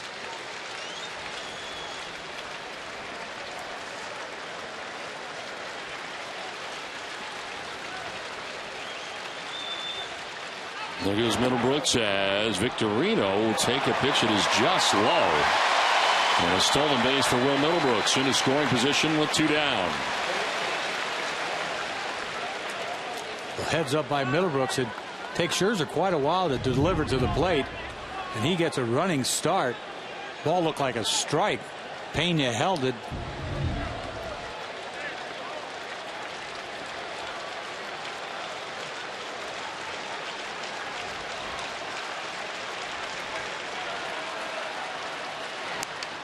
Little pop up. Fielder is there to make the catch. It ends the inning. Will Middlebrooks drives in a pair of runs to put the Red Sox on top 2-1.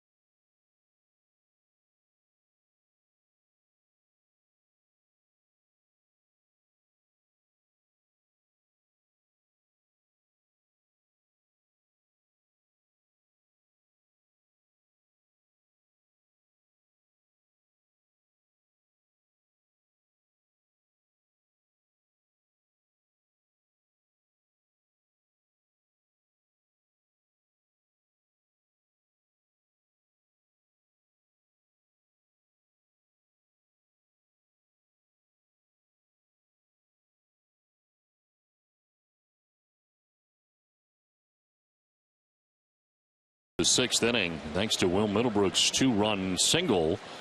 And now here come the Tigers in the 6th inning. First pitch swinging is Prince Fielder. Fouls it off to the left out of play. Fielder is 0 for 2. He struck out looking and grounded out to shortstop.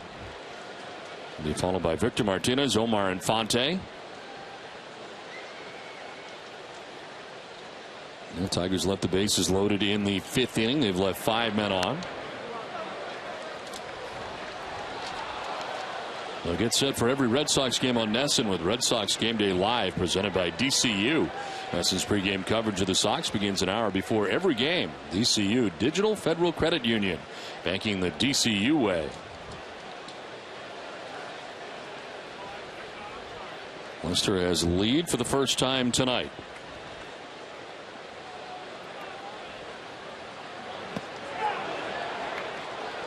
Did he go? No. Says third base umpire Eric Cooper. It's a ball and 2 strikes. And there's that hook again. He's mixing it in with those sliders.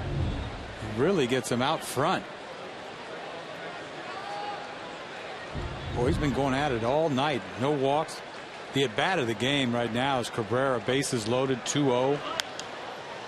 He's a fly ball foul down the left field line, out of play. Yeah, that was huge. It was really huge. 2-0. What are you going to do? He threw him a high fastball up, fouled it off a little late, and then came back with a cutter, middle, ground ball.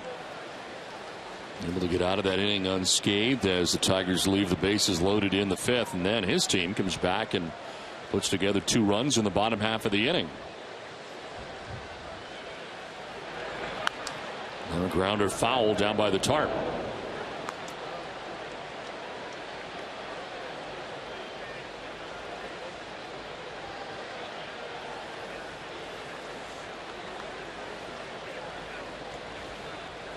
Victor Martinez waiting on deck as the Tigers bat here in the top half of the 6th inning. Red Sox in the shift. The infielder not chasing. 2-2.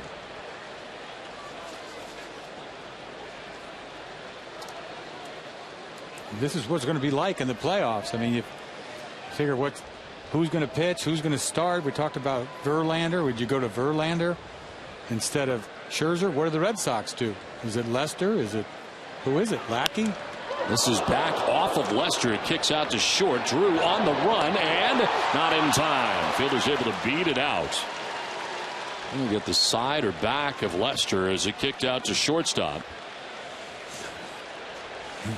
He's waving him away like, get out of here. But this ball bit him. Probably got him in the backside and kind of right in his chest. The little ground ball right back up at him, and he caroms off the side of his chest almost. And he had a chance to throw him out because fielder doesn't run all that well, but you see him waving him off. Get out of here.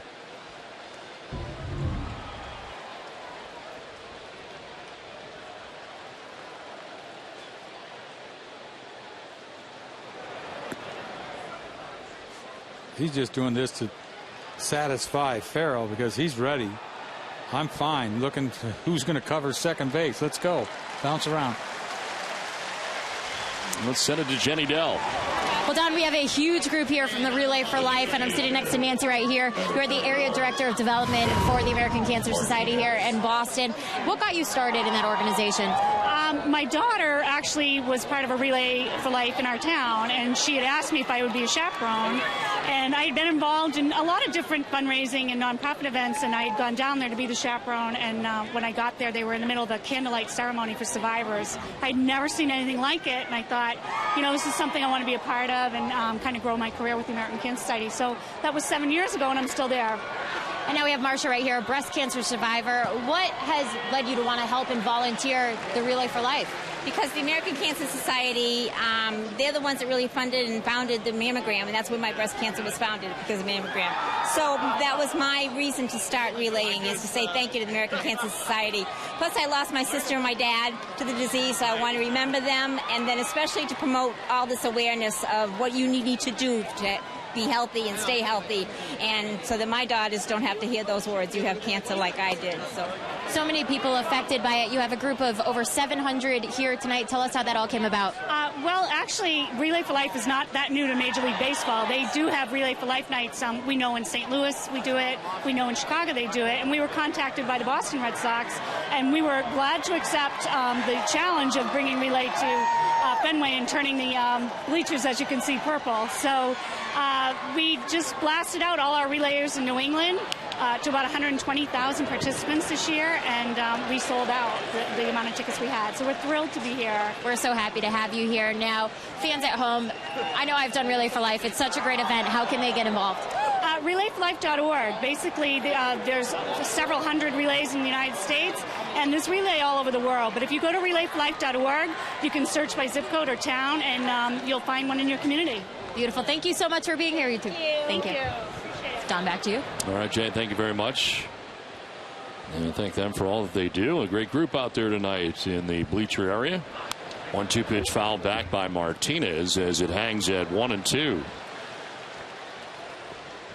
Prince Fielder reaching on an infield hit to start this inning for the Tigers. Omar Infante waiting on deck.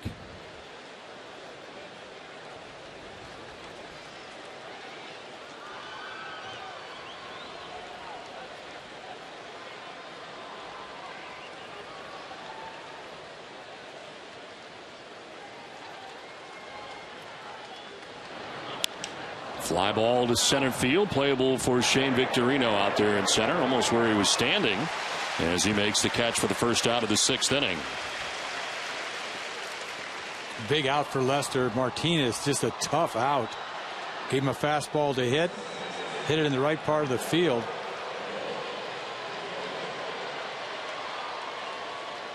So fielder at first, Victor Martinez retired. Omar Infante the batter.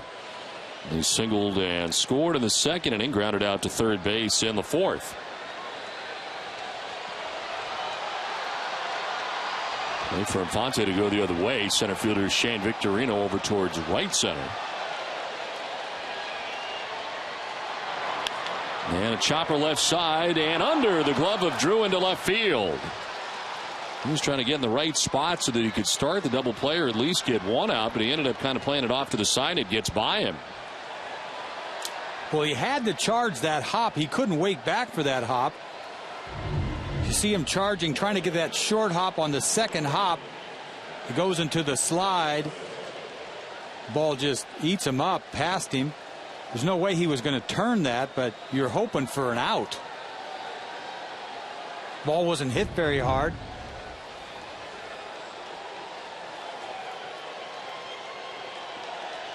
So first and second, one down.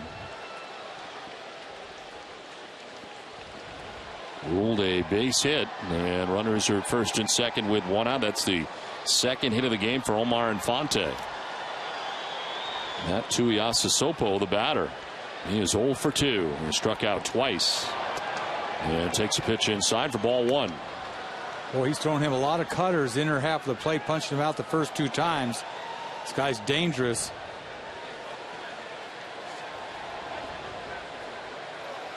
And both times Lester has struck him out. They've both been called third strikes. There's a strike, 1-1. This ticket brings you the pitching line for John Lester. 5 1/3, 8 hits, the 1 run. He has not walked anybody and struck out 7. He's thrown 97 pitches as he works with 1 out here in the 6th inning.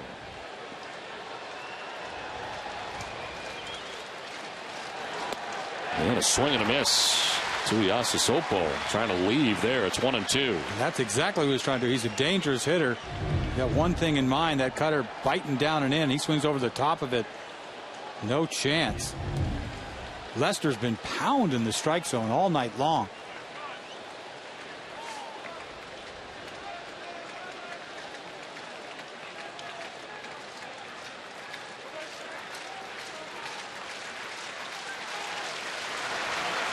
One, two is a swing and a miss, and for the 3rd time tonight, Tuiasosopo strikes out. 8 strikeouts for Lester now. Boy, he's his favorite player tonight.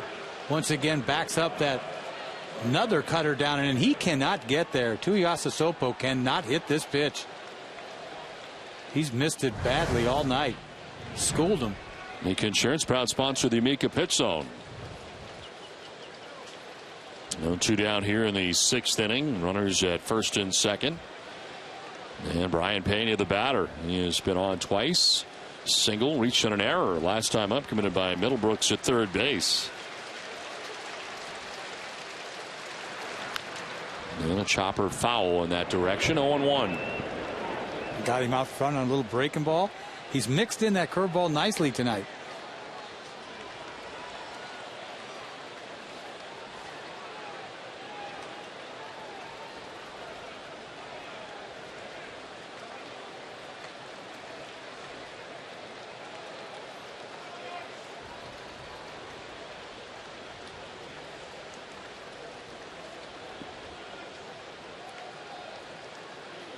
Fielder at second and Fonte at first with 2 down here in the top half of the 6th inning. And a fly ball out to shallow center field. Victorino coming in and under to make the catch that ends the inning.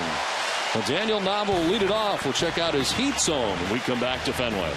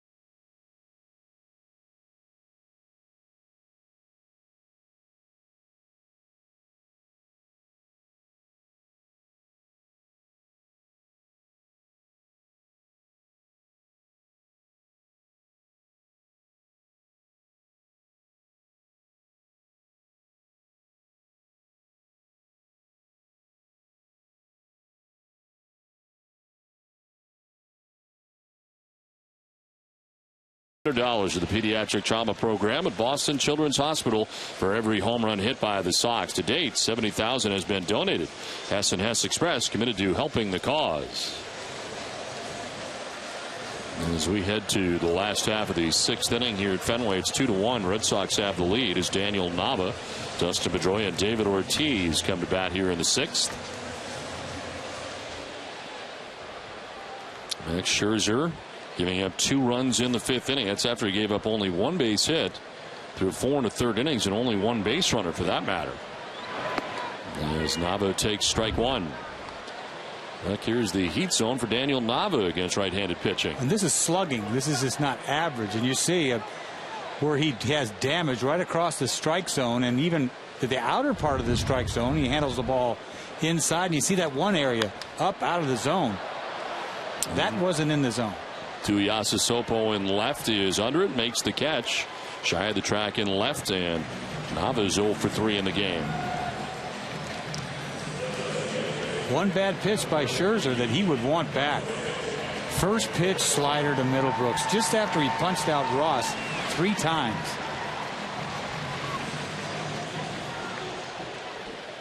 One down here in the 6th inning as Dustin Pedroia stands in 0 for 2. And takes strike 1. Pedroia struck out swinging in the 1st. He popped out to second base in the 4th inning.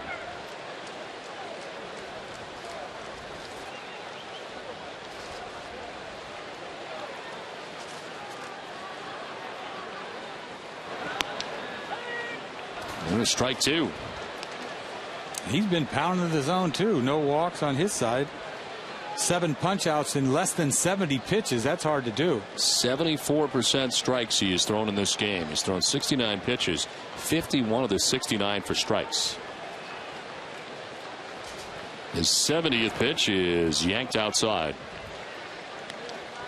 Well, you can't throw salad and just keep throwing strikes. You got to have some gas, to be pounded. You can't pound the strike zone with salad. No, you got to nibble, right? Have you ever tried? I mean, do you know? Yeah, late in my career, I was pounding the strike zone with salad. and it doesn't work. It does not work. You got to be really careful. And then you retire. Yes. This is in the right center field. Austin Jackson is back there with room, and he makes the catch.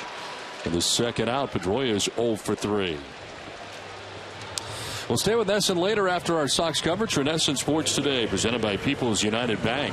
Adam Pellerin and Leah Hextall anchor our coverage of the day in sports, and will be joined by Jermaine Wiggins and Matt Chatham in studio to preview Week 1 for the Patriots. We'll also bring you a full report from the Bruins captain's practice, as well as a recap of the game here at Fenway. It all comes your way on Nesson Sports Today following our Sox coverage. 2 outs in the 6th inning. David Ortiz, the batter. And a breaking ball will miss for ball 1.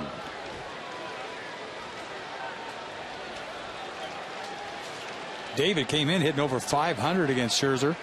Had juiced him 3 times.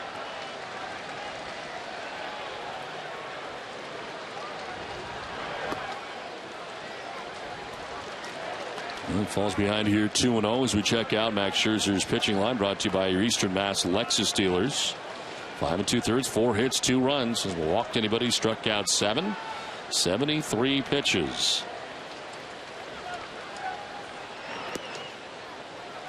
Little room for error in this game.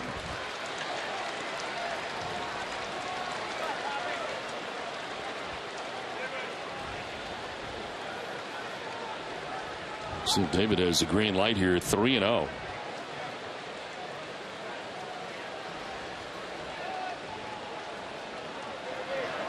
He takes ball 4 and heads down to first base. That is the first walk given up by Scherzer. It's a 2-out walk. Beth Israel Deaconess Medical Center, the official hospital of the Boston Red Sox, invites you to join the walking club. Sign up today, get a cool wristband, plus everything you need to start a walking program for better health. Find out more at vidmc.org. 2 down here in the 6th inning. Ortiz at first and Mike Karp the batter.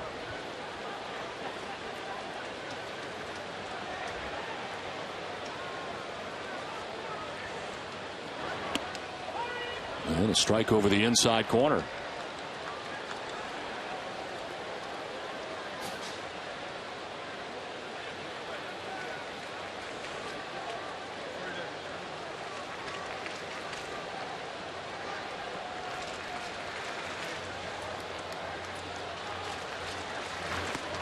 Outside, 1-1. Well, I tell you, being 19-1, a lot of things have to go right for you. First of all, you got to have great stuff. You got to be a good pitcher. You got to be a great pitcher to go 19-1. But you still have to have run support. We've seen Lackey throw the ball good. What's he get? 6 shutouts against the Red Sox when he's pitched. Crickets for him.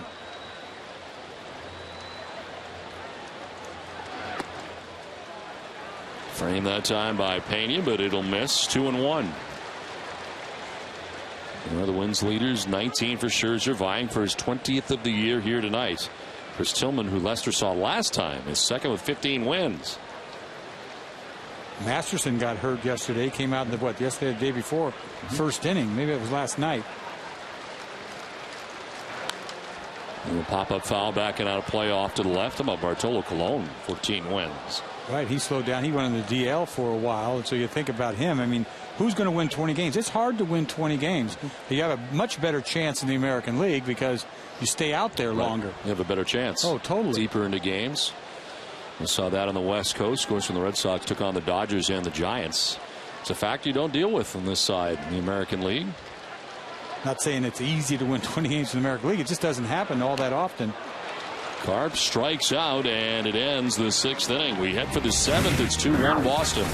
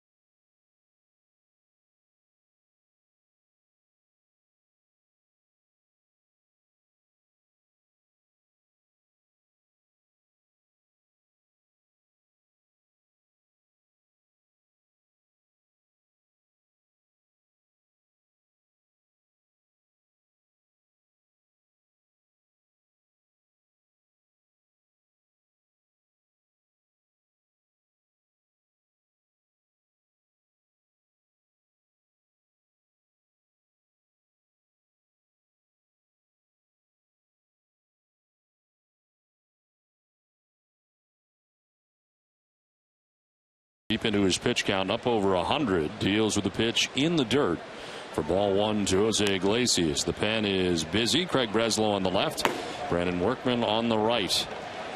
As the Red Sox starter begins this inning, over 100 pitches with a 1-0 to Iglesias. It is down low, 2-0.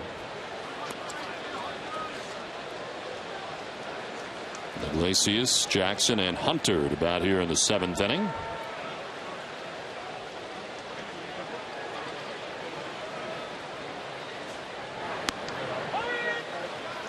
Appear to be no ill effects from the ball that hit Lester that was the comebacker to the mound. Not sure where it really got him. But yeah, I don't think it got it got kind of meat. It got maybe his side. It didn't get his chest. I thought it hit his chest originally, but it got probably the side of his hip. Strike two, 2-2. Well, they'd led to have a 1-2-3 inning from Lester right here. If anything goes wrong, you got to go to that pen. They're going to have to piece this thing together. Swing and a miss. Lester strikes out Iglesias for the 2nd straight time. That's 9 strikeouts for John Lester. It's time now for a Toyota game break. Here's Tom Caron.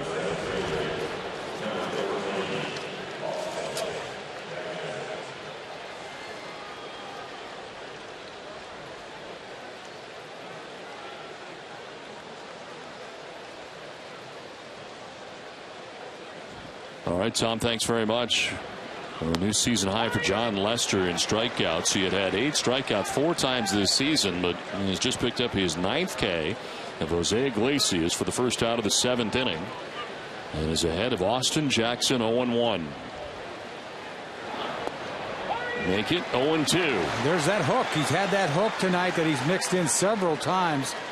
Bunch of great cutters tonight. Curveball keeps him off stride a little bit.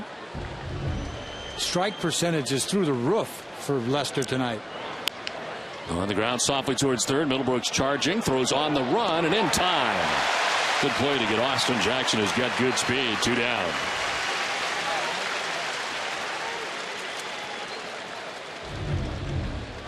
Nice play by Middlebrooks. He knows he's got to get going. Takes it on a short hop.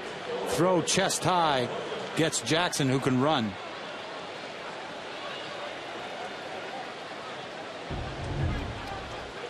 Now 2 outs here in the 7th inning. Torrey Hunter about to bat as Lester wants a new baseball.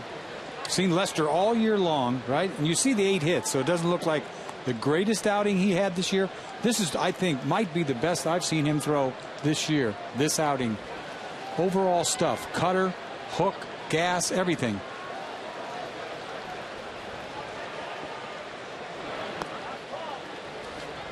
I mean, the command is this is Lester at his best.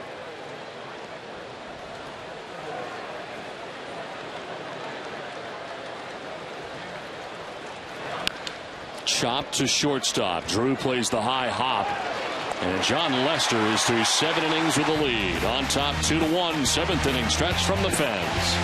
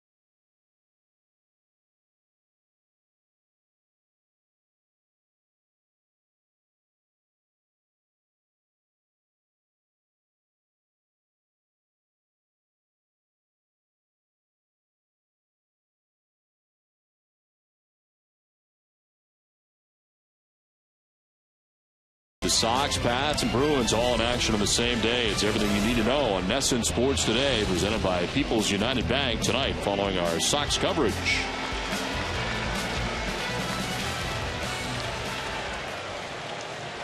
Now John Lester through the first 7 innings has a 1-run lead as the Red Sox come to bat in the bottom of the 7th inning. That is as good as you think he has been this season. That is as good as I've seen him all season long, and matched up against a 19-1 pitcher on the other end, and talked about him facing Tillman last time on the bad end of the stick there. But tonight, this is as good as I've seen him. I know he gave up 8 hits, but the no walks, pounding the strike zone, 9 punch outs, dominant. And Johnny Gomes, Stephen Drew, and David Ross batting here in the bottom of the 7th inning. Lester 7 innings, 8 hits, the 1 run, no walks, and 9 Ks. Now I'd like to get a little more supportive. The Red Sox like to obtain some insurance. Gomes is at Scherzer's number tonight. He's 2 for 2. Infield hit to third and a single to left.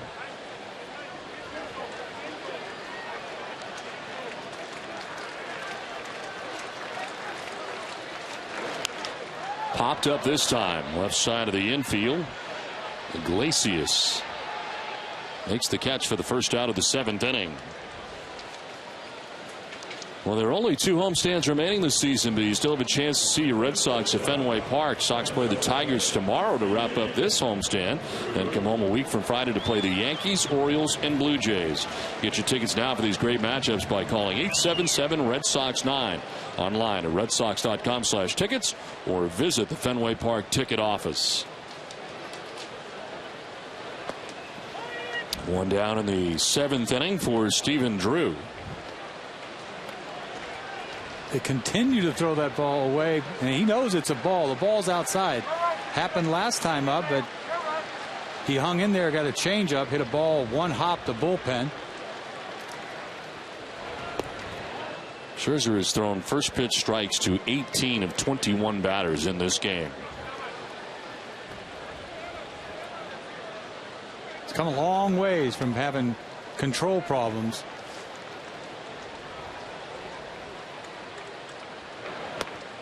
Little wrinkle in that, and it's ball 2, 2-1. Now, how do you all of a sudden just snap into this, though? How do you go from that to this like that in a season? Well, I mean, he wasn't that far off last year. I mean, you know, he won 15 games. I mean, it wasn't like this came out of nowhere. Off the end of the bat, foul, 2-2. Sometimes you just sort of find the zone, you know. I mean, he's very deceptive, and so his delivery is kind of sticky, you know. The ball comes out, and he throws so hard. And when you throw that hard, you're off a tick. It's hard to find it. I think sometimes you don't try to throw as hard as you can. He throttles it a lot like Verlander does, his fastball back and forth. We saw that when he needed a punch out. He was jumping up to 97 when he needed against David Ross. Those 3 pitches were amazing. Just pretty much blew him away. Yeah, I mean, he's got that hump. I mean, that gift. There is David Ross waiting on deck. 1 out here in the 7th. And a foul by Drew stays alive.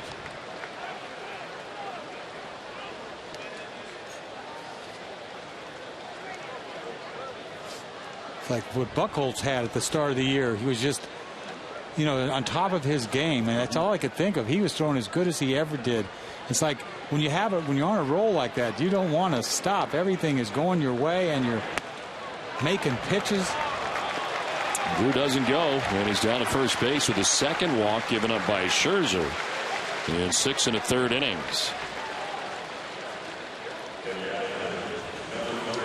I want to remind you to stay with us and after the game for WB Mason's Extra Innings Live. Tom Karen and Tim Wakefield will break down the game, and Jenny will bring you clubhouse reaction. WB Mason Extra Innings Live. Can't go wrong when you buy right. WB Mason.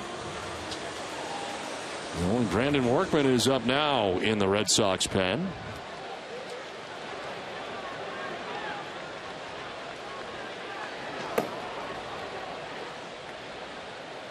David Ross, the batter, and he'll take a pitch down low and away for ball 1. Interesting moving forward to see what kind of innings Brandon Workman gets. Is kind of an important situation right now. It's a 1-run game late. Because you'd think that Tozawa would be getting up right now, and then shows a lot for him to be the setup guy tonight. Big game, 2-1.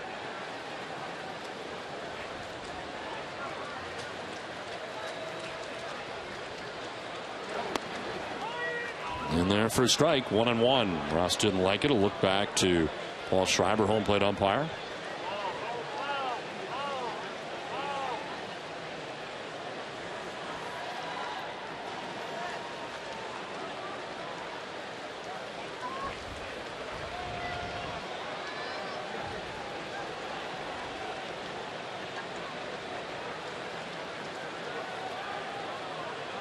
Soft toss to first, and back easily is Drew. These are the type of games that you need to get in. If your Workman's going to be your guy and you're going to give him these kinds of innings, this is adrenaline plus these games.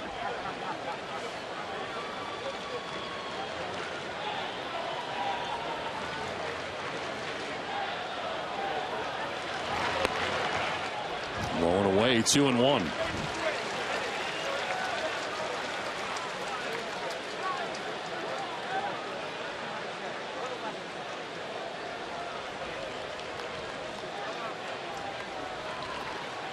One out walk for Stephen Drews at first base. Red Sox have a 1-run lead.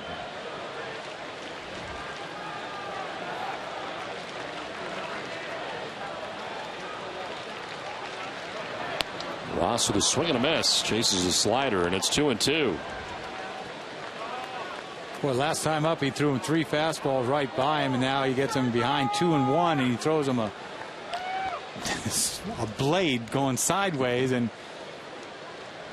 that's tough. And throw him another one.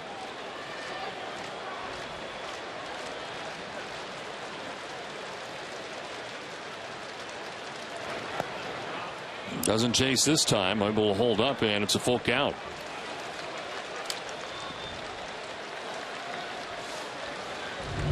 Not 100 pitches yet. It's either he backed up that slider with another one, but he didn't go. Not 100 pitches yet, but he's working hard. It's Ross now, Middlebrooks next. Red Sox batting here in the 7th inning with 1 out and a runner at first. Tigers a double play depth in the middle. 5th 3-ball count, and it's fouled back. And fastball right down the middle.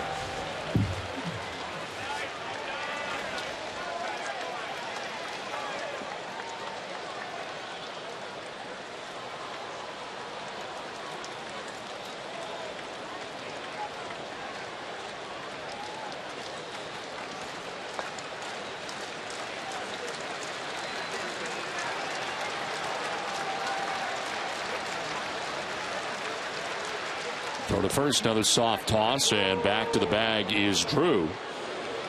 Well, double-barreled action now. Luke Putkinen is up in the pen for the Tigers, and Phil Koch, the lefty. Saw Koch yesterday.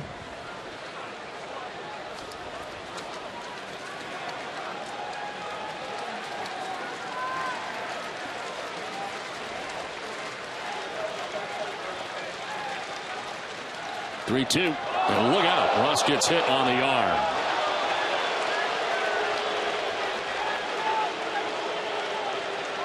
So a 3-2 pitch, it hits David Ross. And he is in some pain. Well, you can hear it from up here. Got right on the elbow. And this ball gets away from Scherzer. Not even close. 3-2 pitch. That's got to hurt. I mean, this is a fastball that's just biting.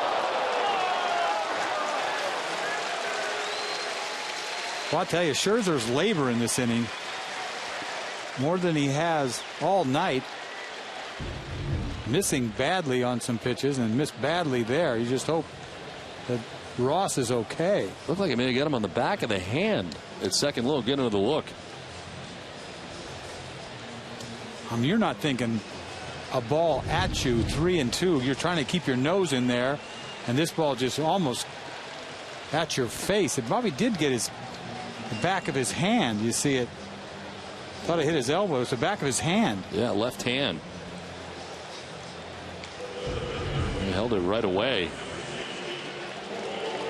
So he's checking it out right now down there at first base. 2 on, 1 out. Man.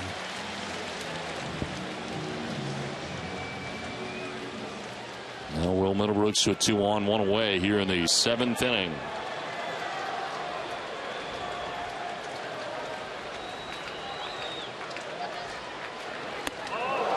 That one kind of buckled him a little bit. 1-0. Starting to lose it here, Scherzer, and this is the pitch, the worst pitch he made all night up until right now.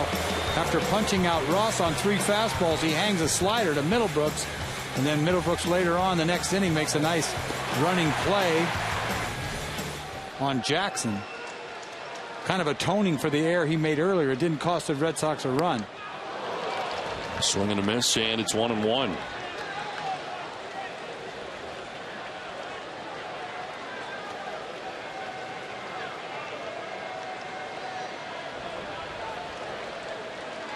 The 100th pitch of the night for Max Scherzer, coming up with 1 down here in the 7th inning. The bluff, and shooting in from second base was Infante. No throw.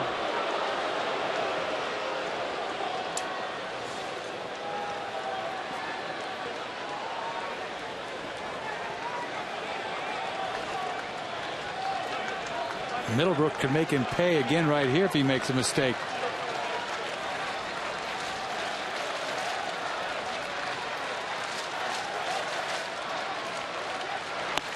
And a swing and a miss. Elevated the fastball once again, and it's now 1-2. It's not a strike, but you get what you're looking for, and you got to get out there. The numbers for both sides with runners in scoring position. Tigers 2 for 8. Sox just 1 for 3. Middlebrooks the 1 part back in the 5th inning. Here's the 1-2 pitch. And a check swing, a ball in the dirt. And not checking is Paul Schreiber. 2-2. If he could get it a little closer, he would have an attempt to swing, but this ball is just too far away. He doesn't exactly know where he's throwing the ball right now, Verlander. Every throw is a little haywire. Drew at second, Ross at first, 1 out.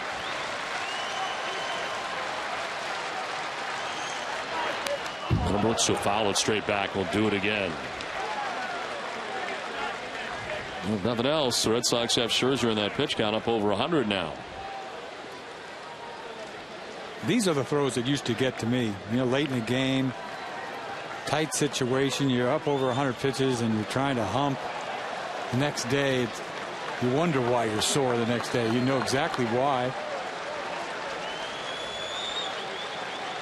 This will be the most pitches he's thrown in any inning. This is the 23rd of this inning. Yeah, it's a fly ball to center field for Austin Jackson. Wait for it to come down. It does for out number 2. His throw goes to third, but not tagging and remaining at second base was Drew. 2 down.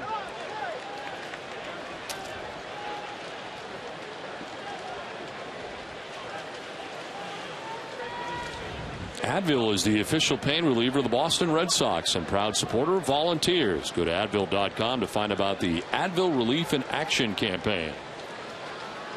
Well, I'll tell you what, Scherzer was backing up third base. You don't see many pitchers backing up third base like that. I mean, you do. You got to back up. I mean, he was flying over there as if Stephen Drew was going to tag up at second base. But look at him. He's going hard. He's going hard. He's into it. So 2 on, 2 down. And before Shane Victorino bats here, and Shane was about to bat left-handed. He may still here. It appears he will as the catcher goes out there. So now he's decided to change it up. I guess if there's a guy to change it up, it's this guy, because he's made him look kind of bad. This has been about 3 weeks. Yes. Since we have seen this. He's had enough of this slider, nasty sliders coming down from the right-hand side. Got a better chance on this side.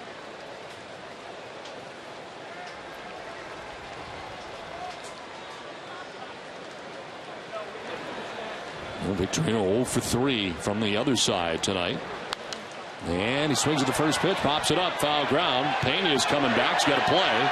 And he makes it to end the inning. The Red Sox strand a pair and end the 7th. We head to the 8th, 2-1 Red Sox.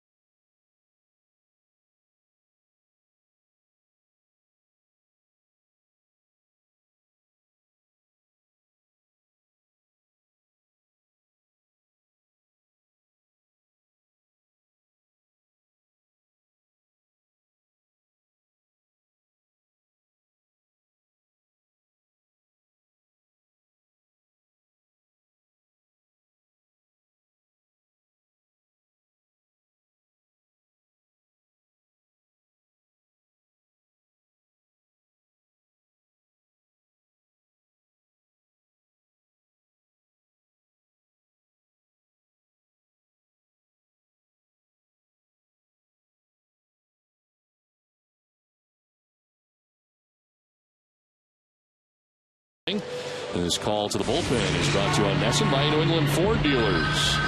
Well, Brandon Workman comes into the game for the Red Sox after 7 innings from John Lester, who departs with the lead. Workman's 12th appearance, 4-2 with a 4.50 earned run average, 37 strikeouts to 12 walks, and opponents sitting at 269 against Workman. So Lester gives up 1 run on 8 hits in his 7 innings. He did not walk anybody, and he struck out 9 batters, a season high for John Lester. It's a great start by Lester tonight. Miguel Cabrera leads it off here against Workman. Looks like they're going to piece this inning together. You got Breslow and Tazawa warming up in the bullpen. If you think about it, what are you going to do here? Try to get Cabrera out. Things go well. Breslow for Felder. 1-0 pitch is going to miss outside. 2-0.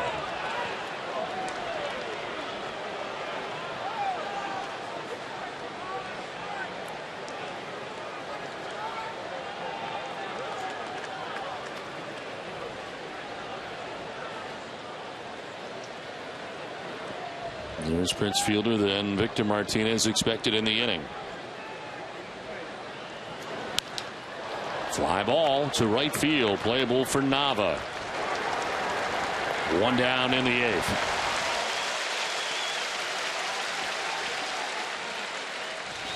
Well, John Farrell out to make the change, and that's exactly what they're going to do. As it appears, is going to be 1 and done.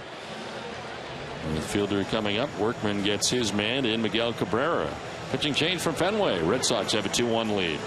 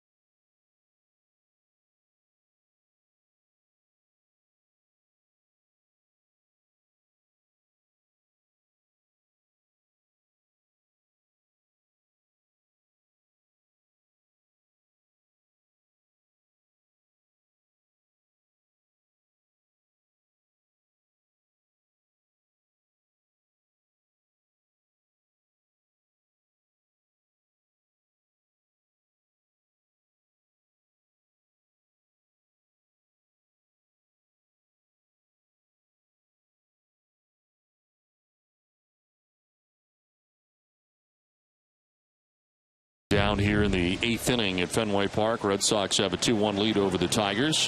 Brandon Workman gets his man as he gets Miguel Cabrera. Fell behind him. 2-0, but got Cabrera to fly out to right. And the new pitcher is Craig Breslow. As Breslow appears in his 51st game of the year, 4-2, a 2.22 earned run average, 26 strikeouts at 13 walks, and opponents hitting at 244 against Breslow. And heck, very quietly, he's put together a very good season for the Red Sox. He really has, and he hasn't just been that one-out left-hander, not at all. He's pitched multiple innings, and he's had just as much success against left-handers, right-handers, as he has against left-handers. But Fielder's 1 for 3 off of him coming in. Well, tonight, Fielder struck out looking in the first inning, grounded out to shortstop in the 4th, and singled off the pitcher John Lester in the 6th inning. As he takes strike 1, let the arms out of the way, but he grabs the corner.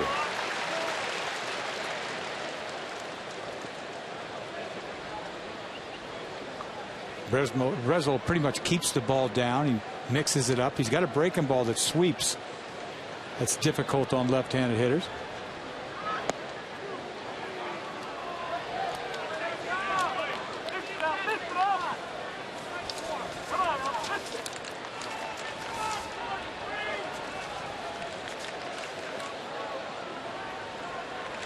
Left-handed batters hitting at 282 against Craig Breslow. Righties at 216. Into the shift right side, and backing up was Pedroia. His throw in plenty of time. Justin's first step was back on that play, but able to get him at first base. 2 down in the inning. Well, this game summary is brought to you by Xfinity from Comcast. And what a pitching matchup we had tonight. Max Scherzer matched up against John Lester. And Scherzer in this game, giving up the 2 runs in the 5th inning as they were driven in by Will Middlebrooks on a 2-run single. While John Lester goes 7 innings, season high 9 strikeouts. He gives up just the 1 run, and that was back in the 2nd inning. On a double by Jose Iglesias in the 2nd inning, former Red Sox shortstop. And here's Victor Martinez with 2 outs, just 1 for 8 against Craig Breslow. Mentioned right-handers only hitting at 216 against Breslow. And he'll take ball 1 outside. And John Farrell likes this matchup, knowing going in 1 for 8. And like you said, he's pitched better against right-handed hitters this year. To me, it's easier to hit a home run right-handed than it is left-handed. That's the problem I have.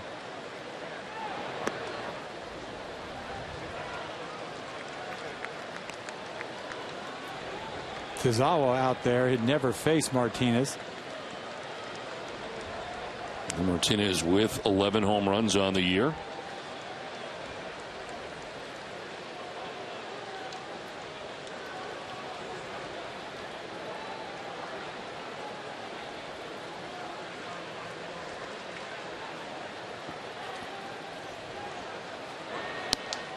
That's ball 3, 3-0. Nothing close so far in this sequence.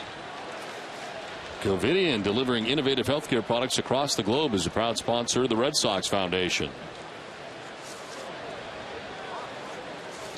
2 outs in the 8th inning. Base is empty. On deck, Omar Infante, as this one is chopped by the dive. But Middlebrooks at third base into left field, and Victor Martinez, the tying run aboard here for the Tigers in the 8th with a 2-out bounding ball through the left side. Didn't hit it very hard. You talk about swinging right here, 3-0. It's out of the reach of Middlebrooks. Ball not exactly crushed, 3-0, but he gets a base hit.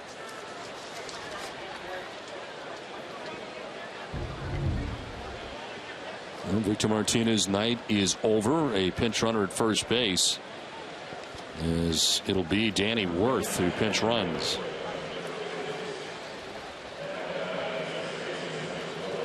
We'll be trying to get into scoring position here for Omar Infante with 2 outs here in the 8th. That's it. That's it. Here comes John Farrell. He is going to go to Tazawa in this instance. So we'll see our 3rd pitcher of the inning coming up. Junichi Tazawa will be coming in with the Red Sox on top 2-1 from Fenway in the 8th.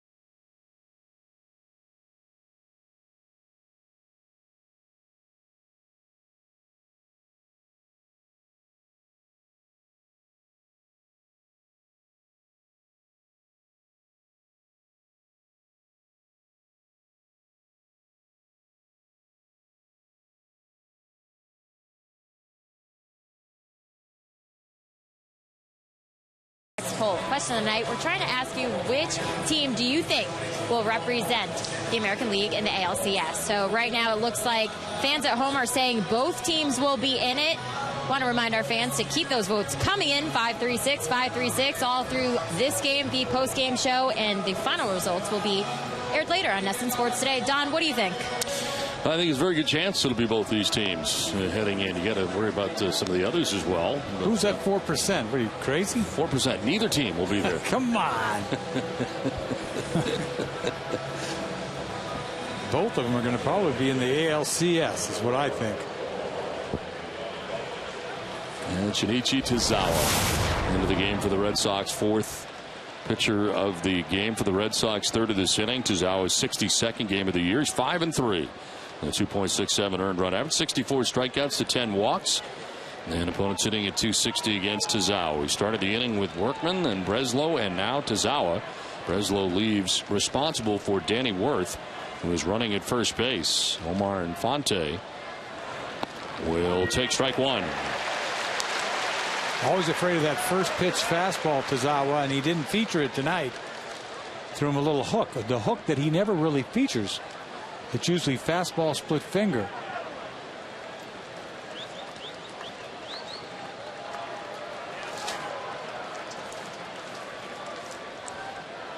Infante 0 for 2 against Tozawa in his career as he takes a pitch low and away.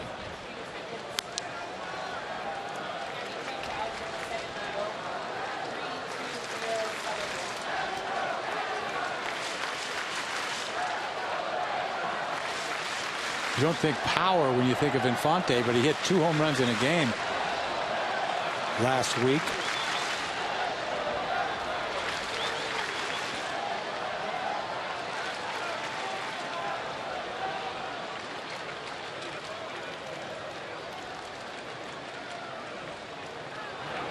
Infante reaches out, fouls it off to the right, and it's 1-2. They feature that curveball again. Never see that curveball, really. I mean,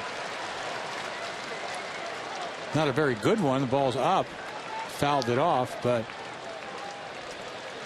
sets up that fastball. 2 down, Danny Worth, pinch running at first base, held on by Mike Karp. Omar Infante down 1-2. Tying run at first here for Detroit. And try to get the gas up.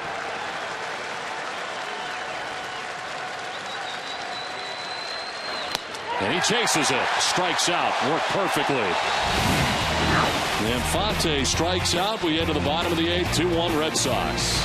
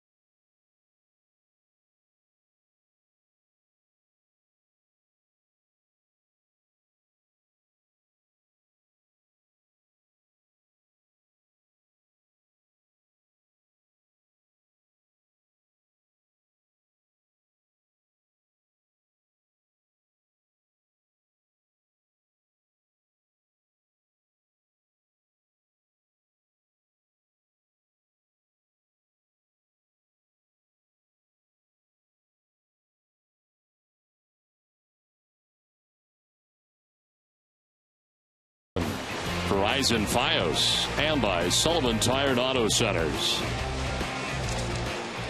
Well, Max Scherzer returning to the mound, having thrown just up over 100 pitches, 104 to be exact. They do have double-barreled action in the pen. But Conan and Koch both up in the pen for the Tigers, as they were an inning ago. Daniel Nava leads it off and takes ball one. Most pitches that Scherzer's ever thrown this year is 122. So had some stressful innings too. Last inning was one of them. A walk and a hit batter in there, and had to battle his way through. He did successfully, but it wasn't easy.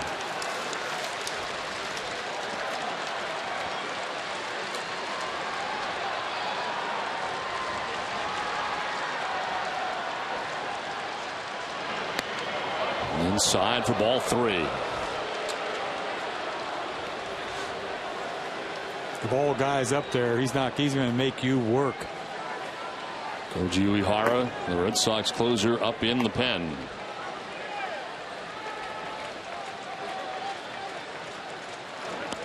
Ball four and a 4-pitch walk. I wonder how much last inning took out of Scherzer. Walks the first batter on 4 pitches, and that is the 3rd walk that he has given up in this outing.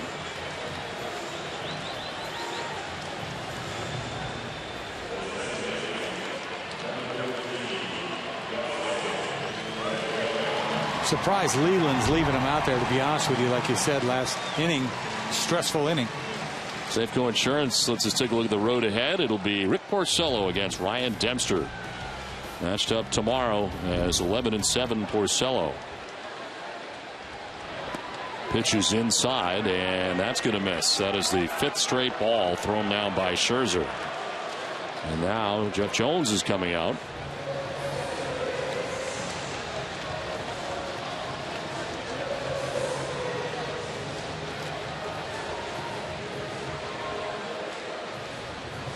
In this day and age, you always question why a guy's in the game.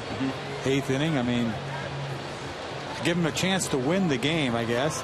But still, I mean, the big picture is Scherzer's my man. I don't want to mess with him.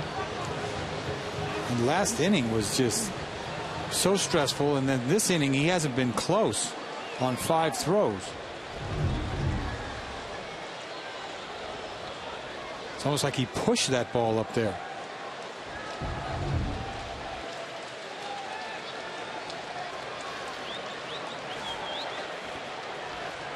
Behind 1-0 to Pedroia.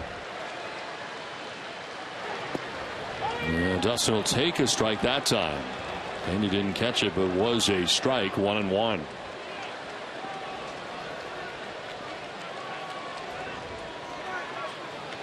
Dustin 0 for 3. Struck out, popped out, and flied out. 3 at bats tonight against Max Scherzer.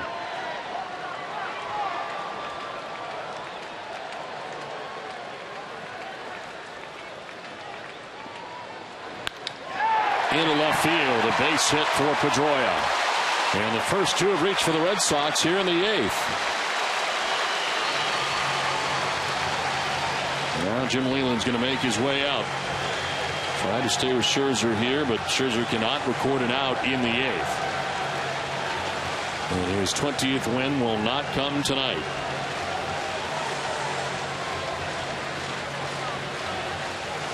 Jim Leland takes the baseball. We head to break with the Red Sox on top 2-1.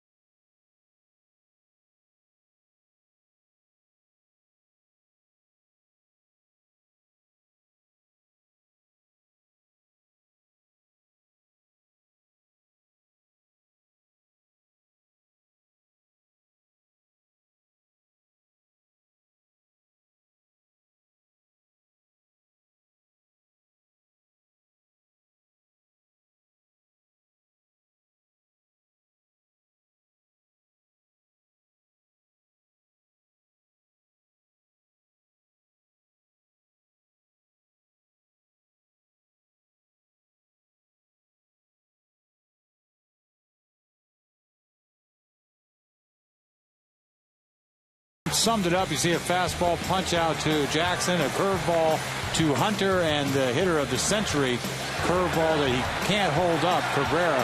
3 of his 9 punch outs on the night. Great game for Lester, one of his best.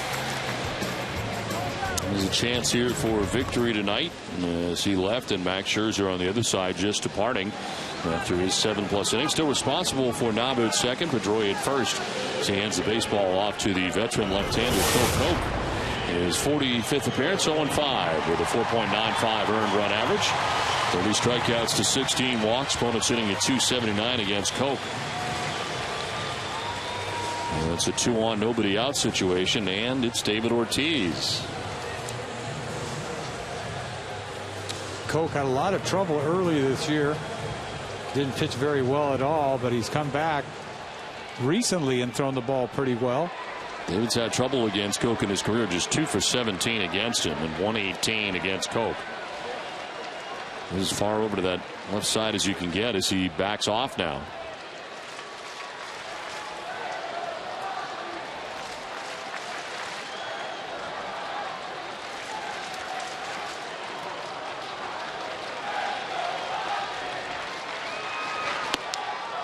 Ortiz takes strike 1 over the inside corner. David thought it was too tight.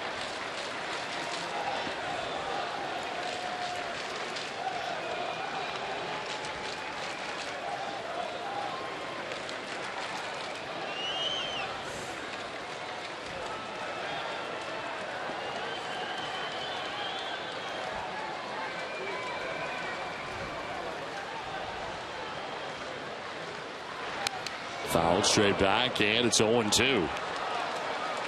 A little late on a fastball by David.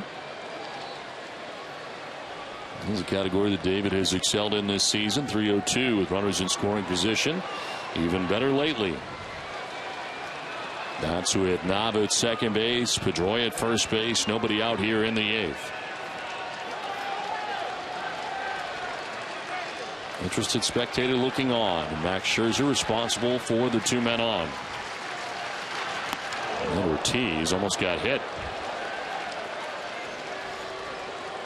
Kind of a sloppy breaking ball by Koch. Pretty good velocity tonight. I remember a couple years ago they flirted with the idea of making Phil Koch a starter as he went to spring training as a starter with the Tigers. Did not work out. Ended up back in the pen, and as Zach mentioned, it's been a struggle this year. Even spending time at AAA this season. 1-2, line to right. Hunter moving in to make the catch, and then surveys the situation. He took a look at first where Pedroia was well off the bag, but everybody gets back, and Ortiz just sent it in the wrong direction. Still good speed out there for the veteran Torrey Hunter. And Koch gets away with another ugly breaking ball. This ball, he leaves it on the inside part of the plate, and David just wails on it. And like you said, ball didn't get down quick enough. Torrey Hunter right there playing him to pull. Pinch hitter coming up here for the Sox. Mike Napoli is going to pinch hit for Mike Carp. He is introduced, and then out to the mound goes Jim Leland to make a change. So with 1 out, Red Sox have runners at first and second. The 2-1 advantage for the Red Sox as coming in looks like Conan is coming in here for the Tigers.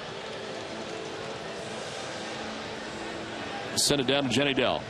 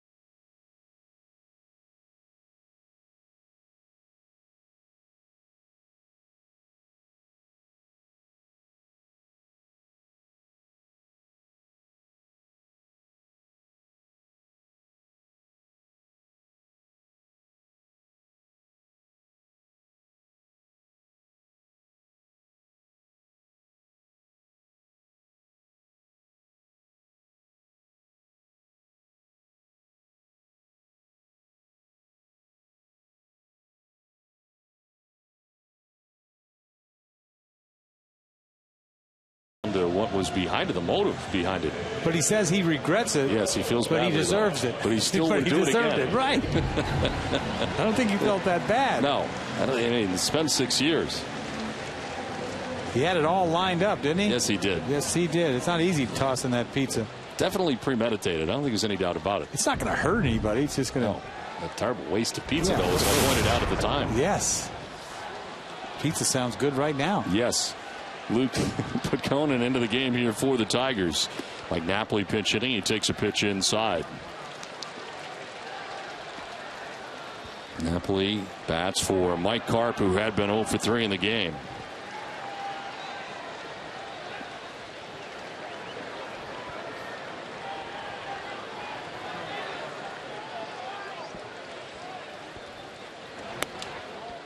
Outside for ball 2, 2-0. Tazawa would love another run to work with here in the 9th inning, if not more.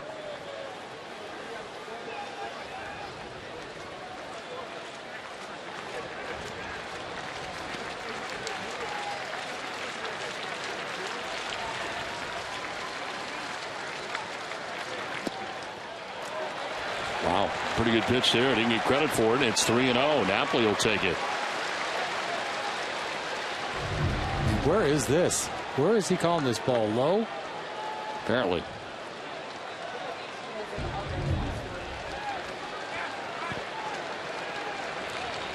Scherzer responsible for Nava at second. Pedroia at first. 1 out.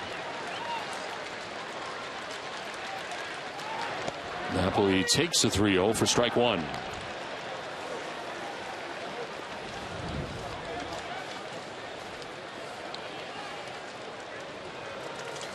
Johnny Gomes waiting on deck with 1 out here in the bottom of the 8th.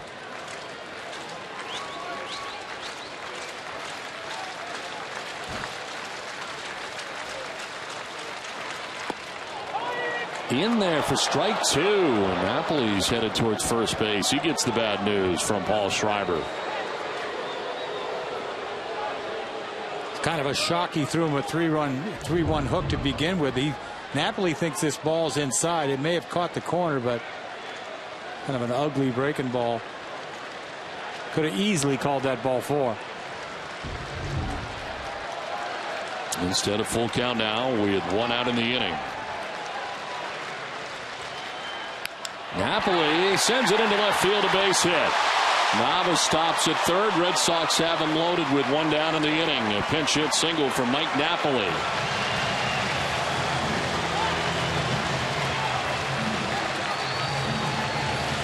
Boy, he's ready for a curveball that time. Got a 3-1 curveball, got a 3-2 curveball, and hooks this ball into the hole into left field. And once again, you're in Fenway Park. You can't score a runner from second base. It's so difficult in this ballpark. Jeff Jones coming out, the pitching coach.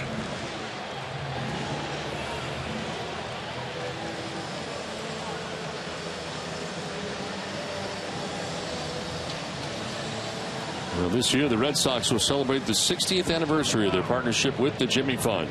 We salute sponsors like H.B. Hood, who help make the Jimmy Fund a major beneficiary of the Red Sox Foundation. So 1 down, bases loaded, and Johnny Gomes with a chance here to do some damage. Red Sox very much like to obtain some insurance here in the bottom of the 8th inning.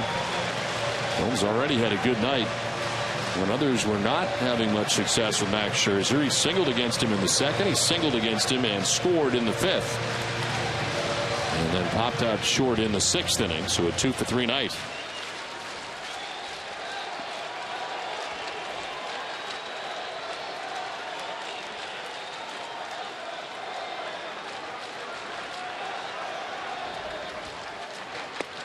There is strike 1. Double-barreled action now for the Tigers in the pen. Jose Alvarez and Al Albuquerque both up.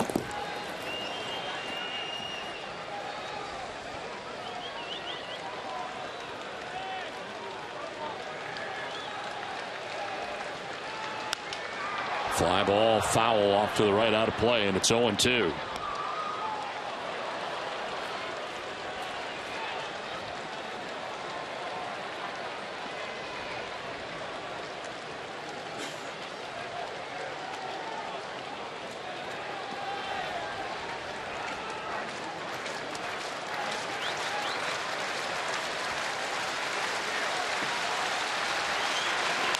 Gomes reaches out, pops it up. Left side of the infield again. It's Jose Iglesias. Infield fly rule in effect as he makes the catch for the second out of the inning.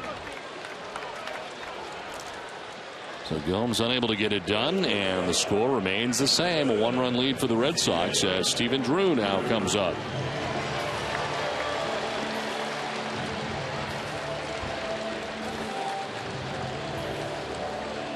Drew flied out to left in the second. He doubled and scored in the fifth and walked in the seventh inning. Surprised they didn't bring another reliever in to face the left-hander here. Alvarez warming up. Ground ball right towards Iglesias at short. He'll tag the bag. Inning over, and the Red Sox unable to score, leave the bases loaded. It's 2-1 Boston.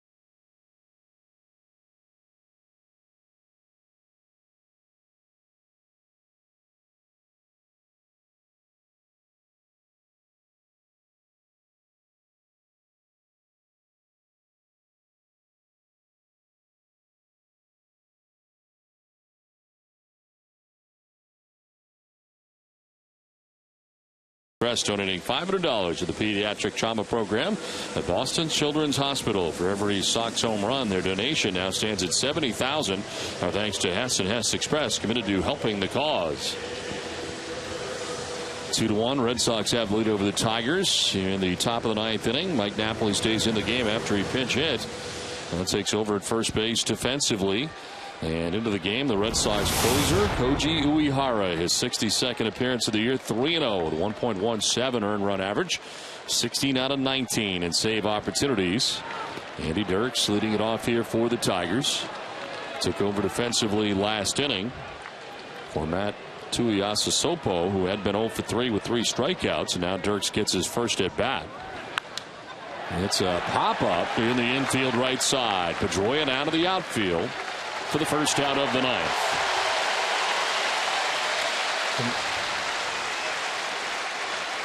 Well, don't forget, NESN's post-game coverage of the Sox begins right after the game with WB Mason Extra Innings Live. Tim and TC break down the highlights, and Jenny will bring you a reaction from the players.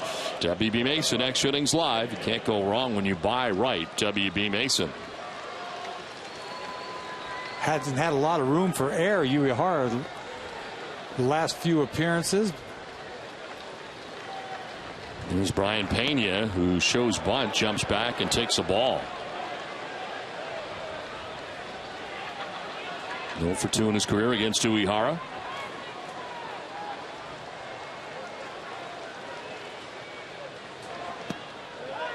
That's a strike, 1-1. Pena didn't like it.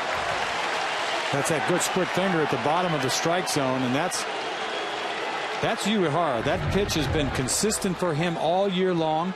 The split finger at the bottom of the strike zone might have been a ball. He gets it. He's a strike machine. He should get it. Swing and a miss. Off balance cut there, and Pena's throwing away whatever he had in his mouth. Gum. 1-2. And that's his pitch. That split finger is just, the bottom falls out of this thing consistently.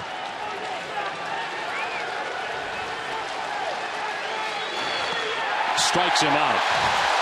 2 down in the 9th. It's just phenomenal. This guy is phenomenal. The run he is on, it's just incredible. 3 split fingers, all of them going down. Pena looks horrible. 1 for a strike and 2 out of the zone, and that's a punch out. 2 down in the 9th inning. Jose Iglesias, whose double in the 2nd inning provided the Tigers their only run of the night so far. As he takes strike 1. 90 mile an hour on the black. Strike 1. This guy is a machine.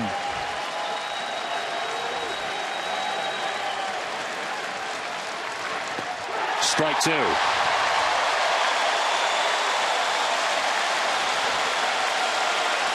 $32,071 on hand at Fenway Park tonight. They are standing.